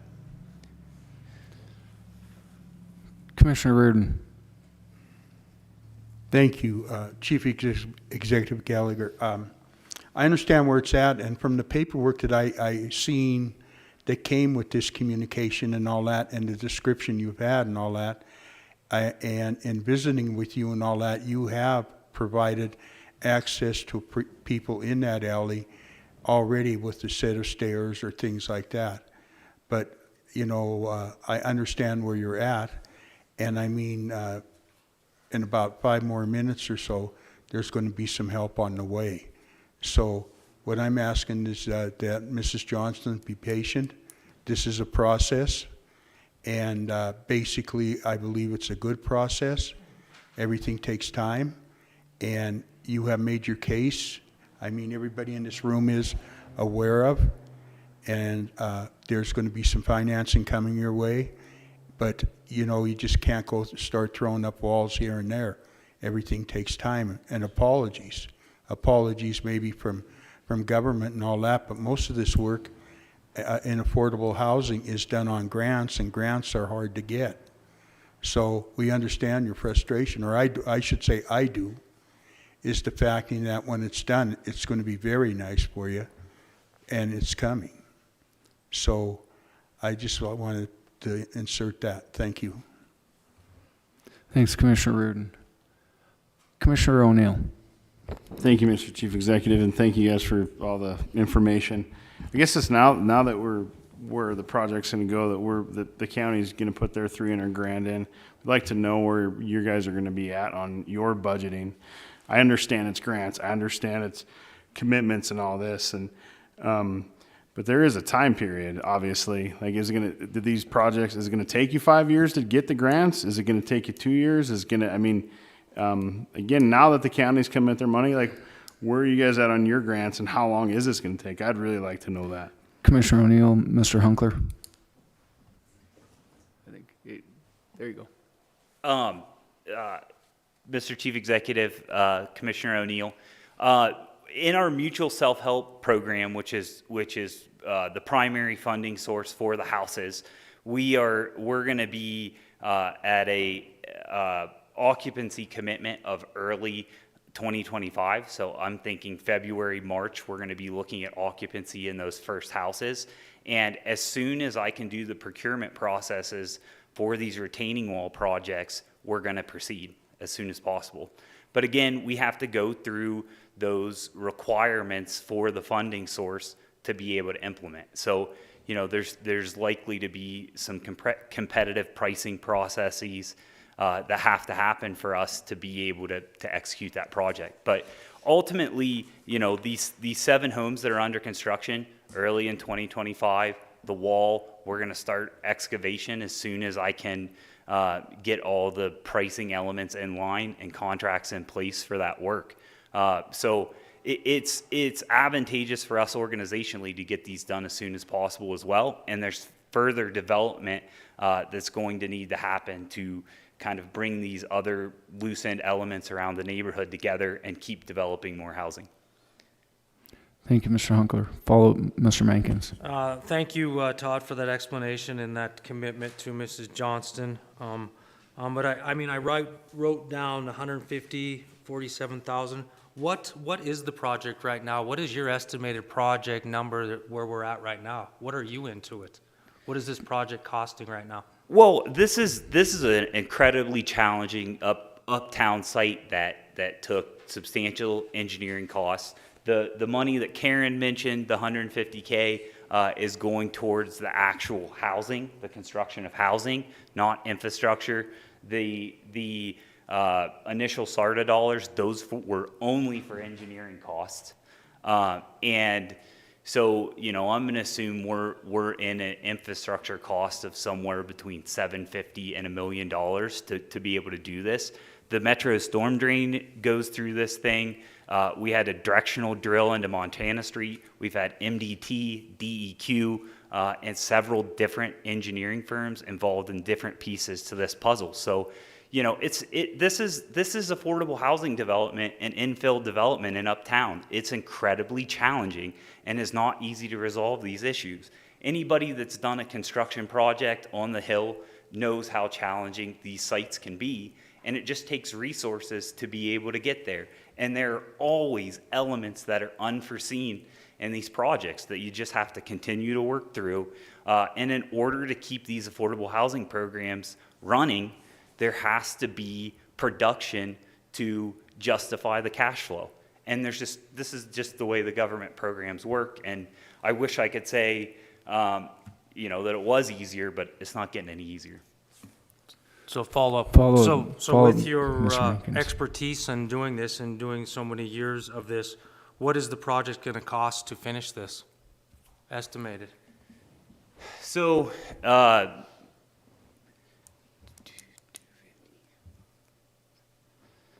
you know, I'm gonna assume we're in this $2.5 million by the time the housing and all of the infrastructure is complete.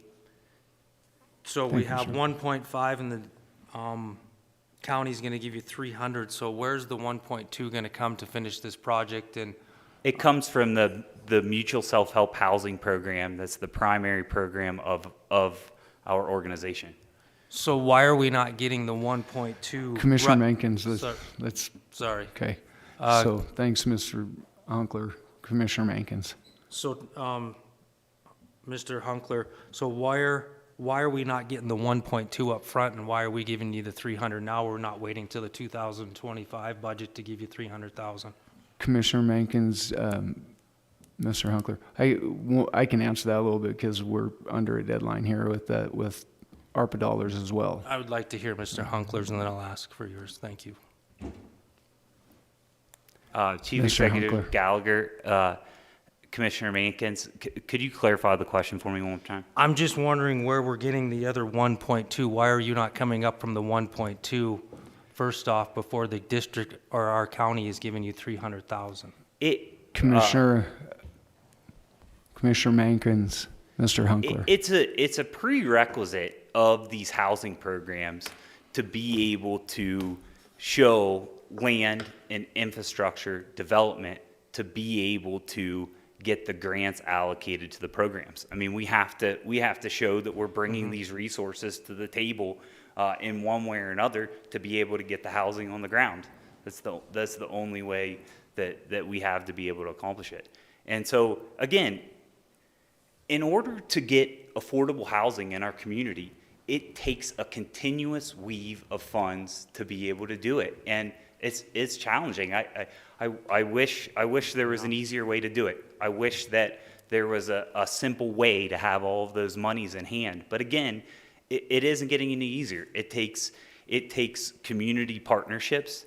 It takes grant partnerships. It takes federal, state, local funds to be able to make these things happen, along with bank financing throughout the whole entire process. So, you know, it's a very delicate dance to get this stuff on the ground. And like I said, it's challenging. I wish that there was an easier route for me to have the resources to just immediately deal with these items for Miss Johnston. And I'm trying. I'm truly trying. I field her phone calls when she calls me. I try to give her the best answers that I can. I fielded your phone call and gave you the best explanation I had at the time of trying to get to it. And again, we remain committed to that. You know, I'm working on this because I believe in the cause of providing affordable housing to our community, as does the staff that operate our organization. And we're working hard at that, and we're going to continue to commit to that. Thank you, Mr. Hunkler. Follow up, Mr. Mankins. So, Commissioner Mankins. Thank you, Chief Executive Gallagher, Mr. Hunkler. So do you foresee any, anything that we have to go through zoning or planning that's going to hold you up to finish this project? Commissioner Mankins, Mr. Hunkler. Chief Executive Gallagher, Commissioner Mankins, we've already made it through the process for these 7 projects. I've got plans in front of the building department for the retaining wall. That has moved through the process, should be pretty readily moved through that with a few back and forths, but I don't see it being local regulatory stuff. It's more making our way through the procurement. But if we can get a contract in place, like I said, we're going to work as quickly as we can to get this executed. Thank you. Commissioner Reardon and Commissioner Morgan. Thank you, Chief Executive Gallagher. I just have one question for you, Todd, and I think there might be some kind of a understanding, and I know Mrs. Burns and all that, and working with Julia and all that. How much of your income would you say is grant-oriented, a percentile? It just depends on the process, but we are an all grant-funded organization. Right. So, I mean, these grants are granted to Butte-Silver Bowl and all that, but I mean, as far as being affecting the budget and all that, that's why we're here tonight, because we have some help basically coming to keep this project going and all that. So with the completion of where you're at and all that, we're going to see some good movement in that neighborhood and all that, but it does take time. We have good grant people, we have good development people, and you can only do what you can do, but you got to have the jingo too, you know? So I appreciate your effort. Thank you. Thank you, Commissioner Reardon. Commissioner Morgan. Thank you, Mr. Chief Executive. I guess the biggest question that I have is, as we sit here as the council, what is the solution to this problem? Because if it's a monetary standpoint, we need to have a better understanding of how we're going to disperse those funds, which I'm assuming you, Todd, will come to the council or go through the procedures of getting some reimbursement funds done. And on that invoice, when you're asking for however much it is, you're going to say this is going towards X, Y, and Z. So to me, the solution to this is not really with the council right now. It's with finance and budget to make sure that before the funds get expended, that the funds are earmarked for Mrs. Johnston's project. And that's where this gets solved. And so that holds Todd to the fire, gets Miss Johnston, I think that's your last name, gets it committed, and that's how we control it. There's nothing that this body can do tonight that says, Todd, you're going to do this tomorrow. I mean, that's not going to happen. And so we have to hold the funds, and I think that's how we do it.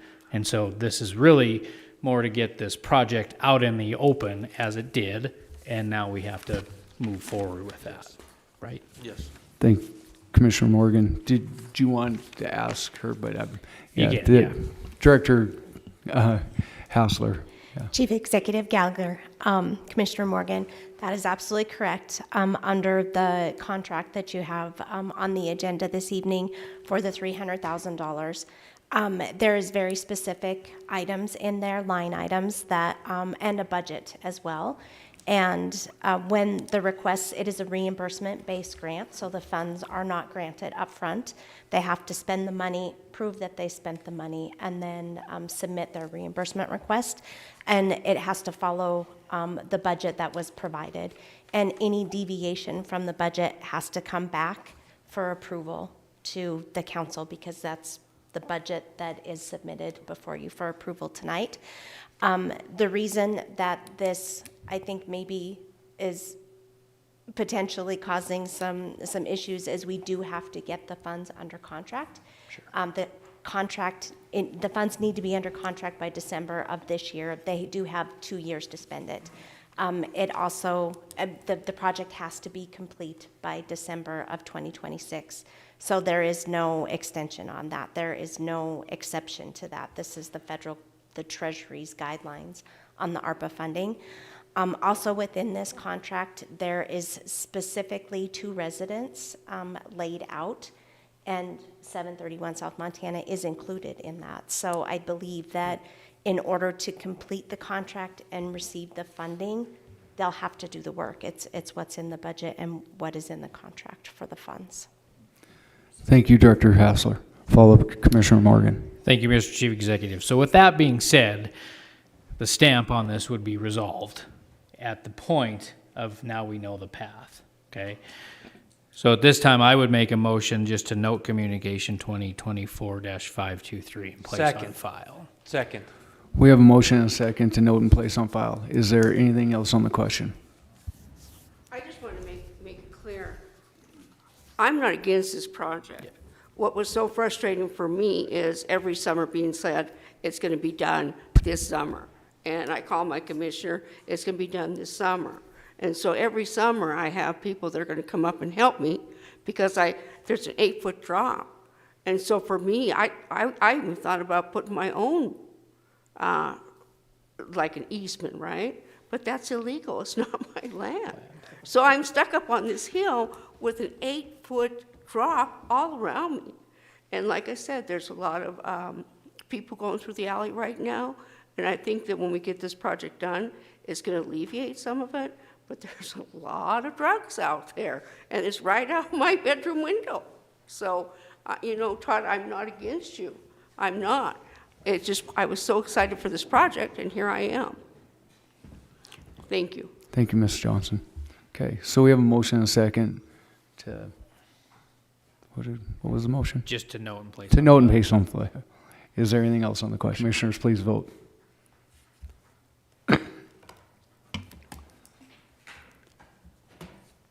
And would anyone like to change their vote? Clerk, please record the vote. 9 yea, 0 nay. 0 nay. 9 yea, 0 nay. Motion passes. Moving to item number 15, communication number 2024-524, Angie Mullican, Public Works Budget Manager, requesting Council Commissioners authorization to have Chief Executive Gallagher sign an NOA form of agreement and an NTP for solids handling projects for the wastewater treatment plant. Commissioner Thatcher. Thank you, Chief Executive Gallagher. This was the communication associated with the emergency suspension of the rules. So at this time, I would just like to note and place on file communication number 2024-524. We have a motion and a second to note and place on file communication number 2024-524. Is there anything else on the question? Could Commissioner?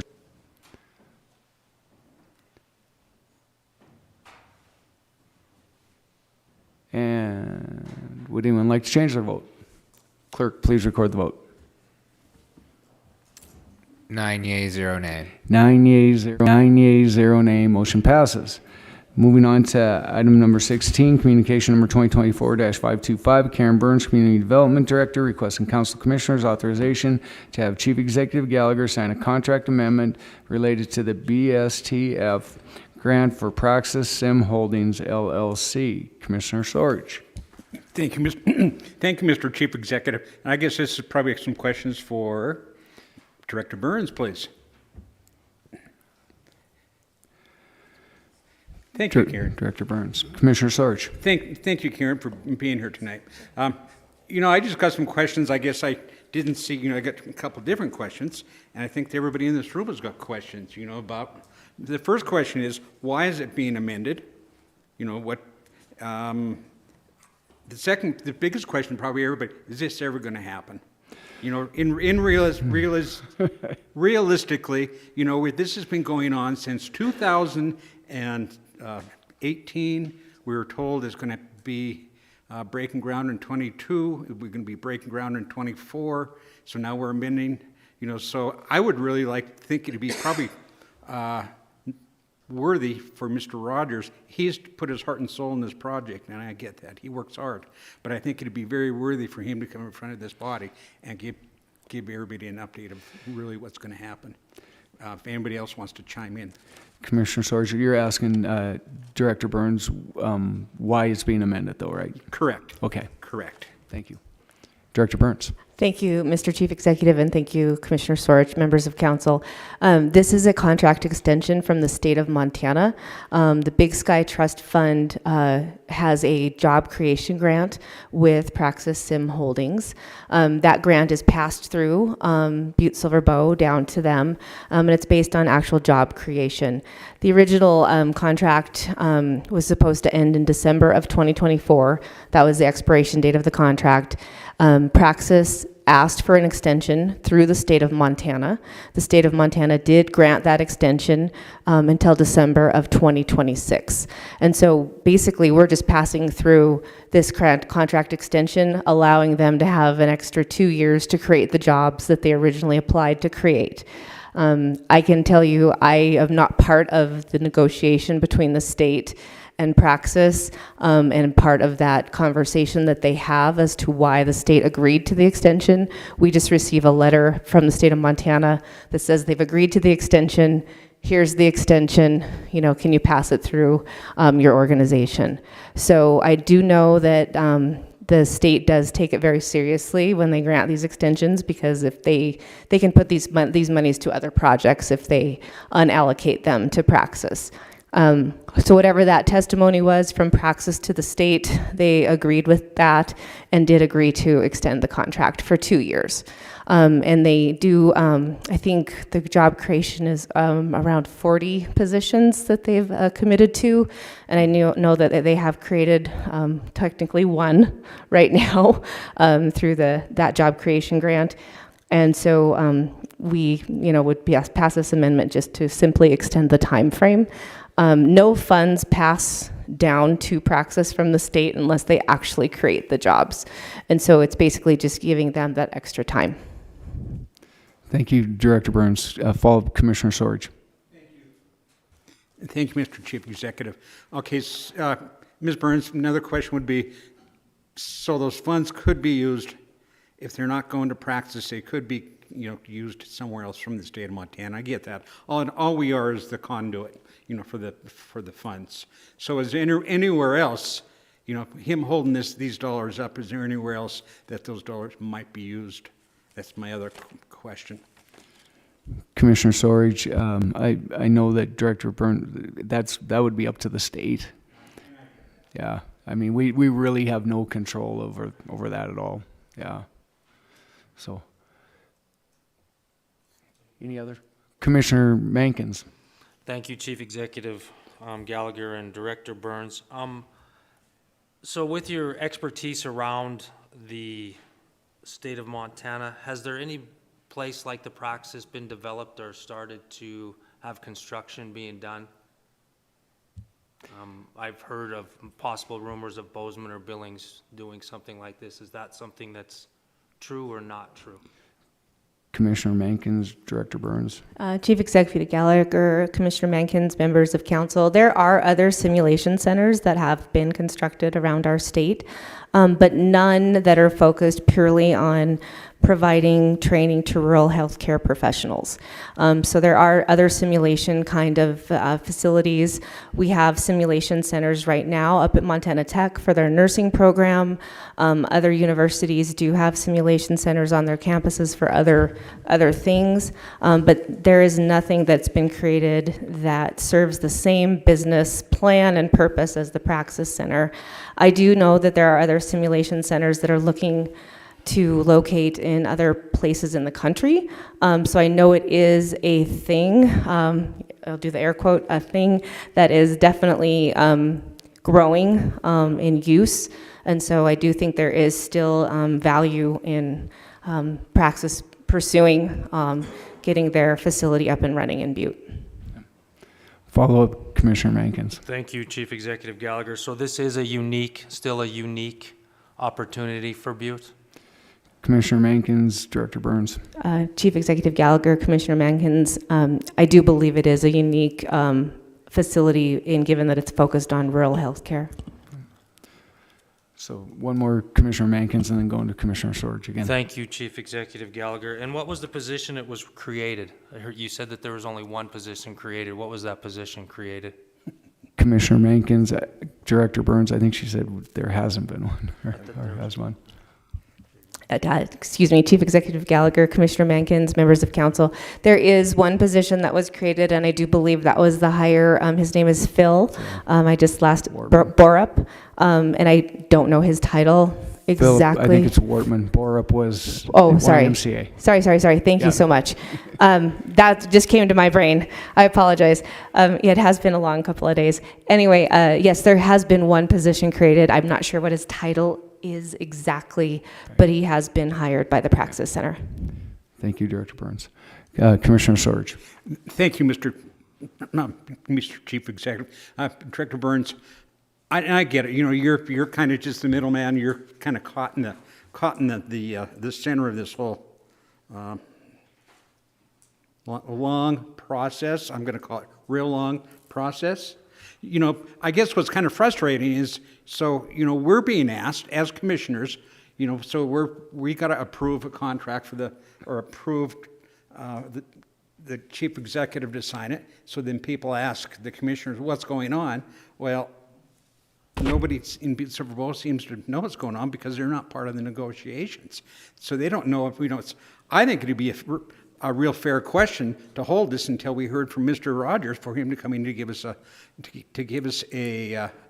kind of a rundown of what's happening with the practice. Saying that, I'm going to make a substitute motion. We send this to the committee of the whole and ask Mr. Rogers Mr. Rogers from practice to come forward and give us a small presentation of what's going on with his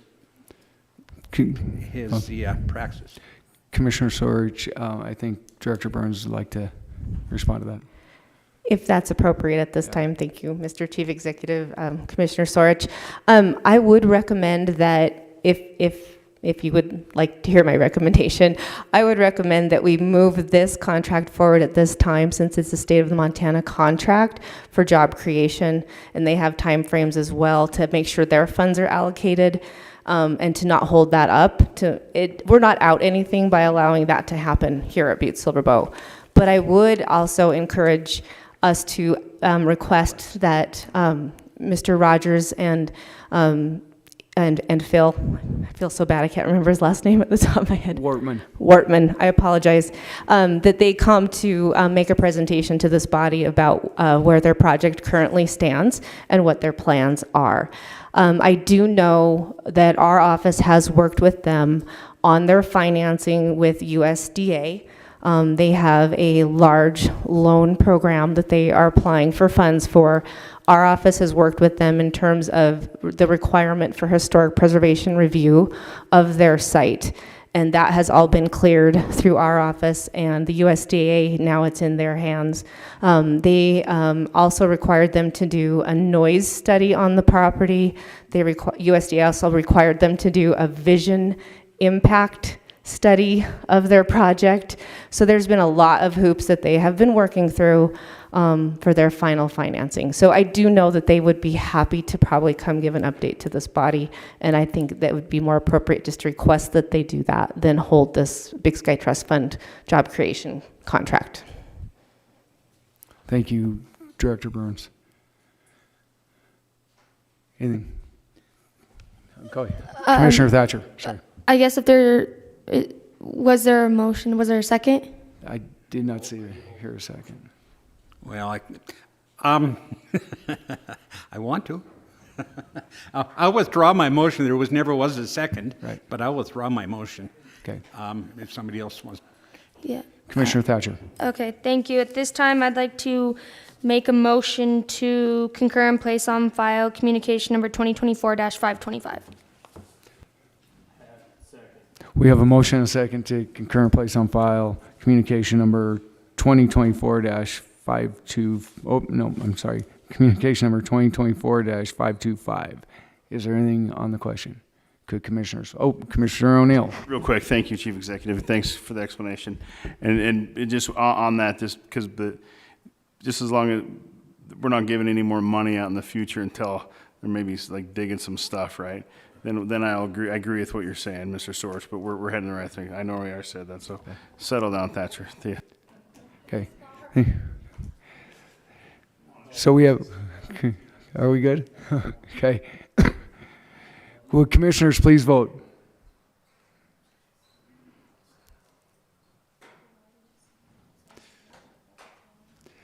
And would you vote?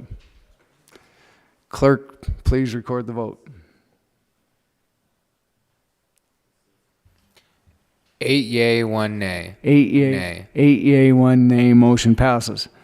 Moving on to item number 17, communication number 2024-526. Danielle Woods, Finance and Budget Accounting Manager, requests a Council of Commissioners authorization to have Chief Executive Gallagher sign the ARPA subrecipient grant agreement between the City and County of Butte-Silver Bow and the National Affordable Housing Network. Commissioner Reardon. Thank you, Chief Executive Gallagher. This won't take long. I think that we covered a lot of what this is all about in dealing with Mrs. Johnson. I just want to reiterate how important this is to the Central Butte and for the people of Butte. And if we want to have a workforce and all that, one quick insert is the rate or the costing of getting into this house and the house is basically somewhat accommodating in some cities for starting teachers' salaries, people that are working in government jobs as like, say, school districts and that. And I think it's a great location. I think it's much needed in Butte, and I want to thank everybody that's been involved in it. It's been a process, and I think it's going to be good for Central Butte. And I just want to thank everybody because I'm adamant on affordable housing. So if there's no questions at this time, I'll get right to the chase. I'd like to, does anybody have anything? Okay. I'd like to concur and place on file communication number 2024-526. We have a motion and a second to concur and place on file communication number 2024-526. Is there anything on the question? Commissioner Sorge. Thank you, Mr. Chief Executive. I guess it's more of a comment than anything's out of question. I know Commissioner Reardon's probably, he's going to be moving on out of here within the next few weeks, and I got to say that Commissioner Reardon's always kept that Central Butte. You know, it's always been near and dear to him. He's always done a good job to try to fight for his people down there. Thank you, Commissioner Sorge. Is there any other comment? Could Commissioner?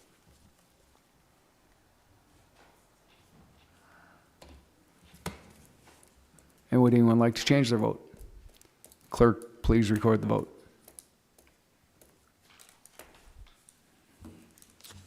9 yeas, 0 nay. 9 yeas, 0 nay, motion passes. Moving to section 3, ordinance, the suspension of the rules. So that was, I didn't have that in front of me, so I. Thank you. You need some help. So,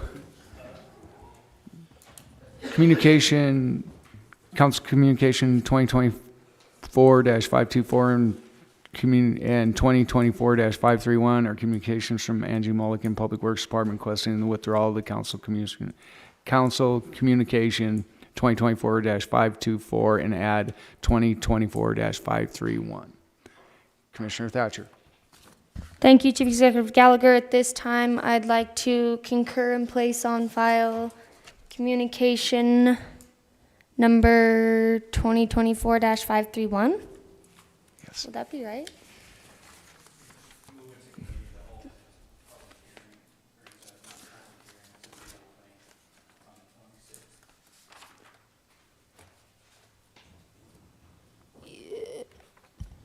So you want to amend your Okay, motion? what about the final passage on the first?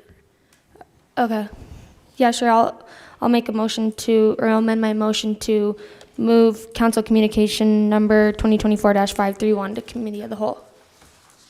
Second. We have a motion and a second to move communication 2024-531 to the committee of the whole. Is there anything on the question? Commissioner Fortune. Chief Executive, did anyone investigate the guy's complaint? Is it even valid? I think Director Neary could come up and speak to that. Director Neary. Chief Executive Gallagher, Commissioner Fortune, we did, the protest stated that there was a subcontractor to Sletton that wasn't a qualified subcontractor. So, with HCR, they're the engineering firm that we're using. We looked into it and we couldn't come up with a firm conclusion that we were okay. So our best avenue was to reject all the bids and rebid it. And same thing on the time frame is the December 31st deadline that we would lose these funds. That was why we made the decision to do it. And in our contract, we're okay to do that. Commissioner Fortune. Just, this might be a dumb question, but I mean, is on the complaint, how did they even complain about someone being qualified? I mean, did the bid document say you had to be qualified, or I guess just explain it real quick. Commissioner Fortune, Director Neary. Chief Executive Gallagher, Commissioner Fortune, it was when HDR did the bid forms, it was their mistake. They had this language in there that stated about the subcontractor. So it was a mistake that HDR made, and that's why, the construction firm came up with the protest, and it was a legit protest. Follow-up, Commissioner Fortune. How come we don't just reject the bid and go to the next bidder then? Commissioner Fortune, Director Neary. Chief Executive Gallagher, Commissioner Fortune, it's been kind of a circus with the whole bid process. The low bid didn't, had a subcontractor that they didn't add a zero to the electrical bid. It came in at $52,600. It was supposed to be $520,600. So we let them take the bid. They asked to take their bid back. So then Sletton was the second contractor who got it, and then the other contractor from Missoula is the one that put the protest in. And the contractor from Missoula was higher. Follow-up, Commissioner Fortune. Chief Executive, now everyone knows the bids. It kind of seems pointless to, just in my mind, we're going to see the same three numbers, or everybody's number is going to be higher. I guess my question is, if the contract documents read to reject the guy's bid, why not just move to the next bidder? I think if everyone's worried about time and getting this done by December, what does it matter? I just think now, if we do this, we open ourselves up to a different problem of, I mean, we've almost basically gave them a notice of award, and I mean, I think if we just reject all bids, I mean, I know you said it's in your contract too, but I think we open up a different issue. If the guy's complaint's valid and we can move on to the next bidder, why don't we just do that to expedite it? Commissioner Fortune, Director Neri. Chief Executive Gallagher, Commissioner Fortune, we talked about it today, and I really can't answer your question. I mean, to move on to the next bidder would be the protest bidder who was the higher bid, and we just, as a group, decided this was the best avenue to go. And timing was another thing. If we did the award today, we figured there would have been a lawsuit, which entailed we would end up losing the funding. Okay. So we have a motion and a second. Can commissioners please vote?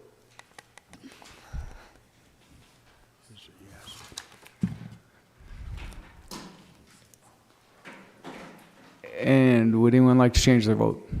Clerk, please record the vote.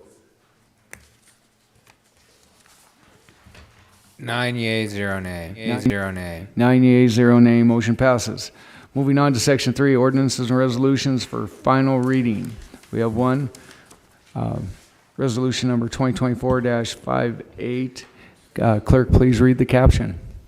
A resolution authorizing the sole source purchase of Neptune meters for the City County of Butte-Silver Bow Water Utility Division and providing for an effective date herein.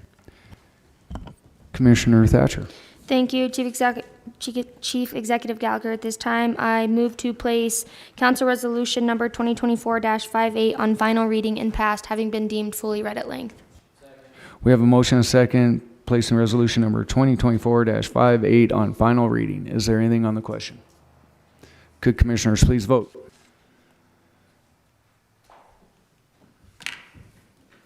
And would anyone like to change their vote? Clerk, please record the vote. 9 yeas, 0 nay. 9 yeas, 0 nay. Motion passes. Motion passes. Next, we'll move on to the calendar and other meeting events. Please note all the meetings that are coming up, dates and times. And then I will open up to any public comment on any item not on the agenda tonight. If you'd like to speak on anything, come forward, state your name, address, and what you'd like to speak of. If not, I would take a motion to adjourn. Motion to adjourn. Second. We have a motion and a second. All in favor, signal by aye. Opposed? We are adjourned.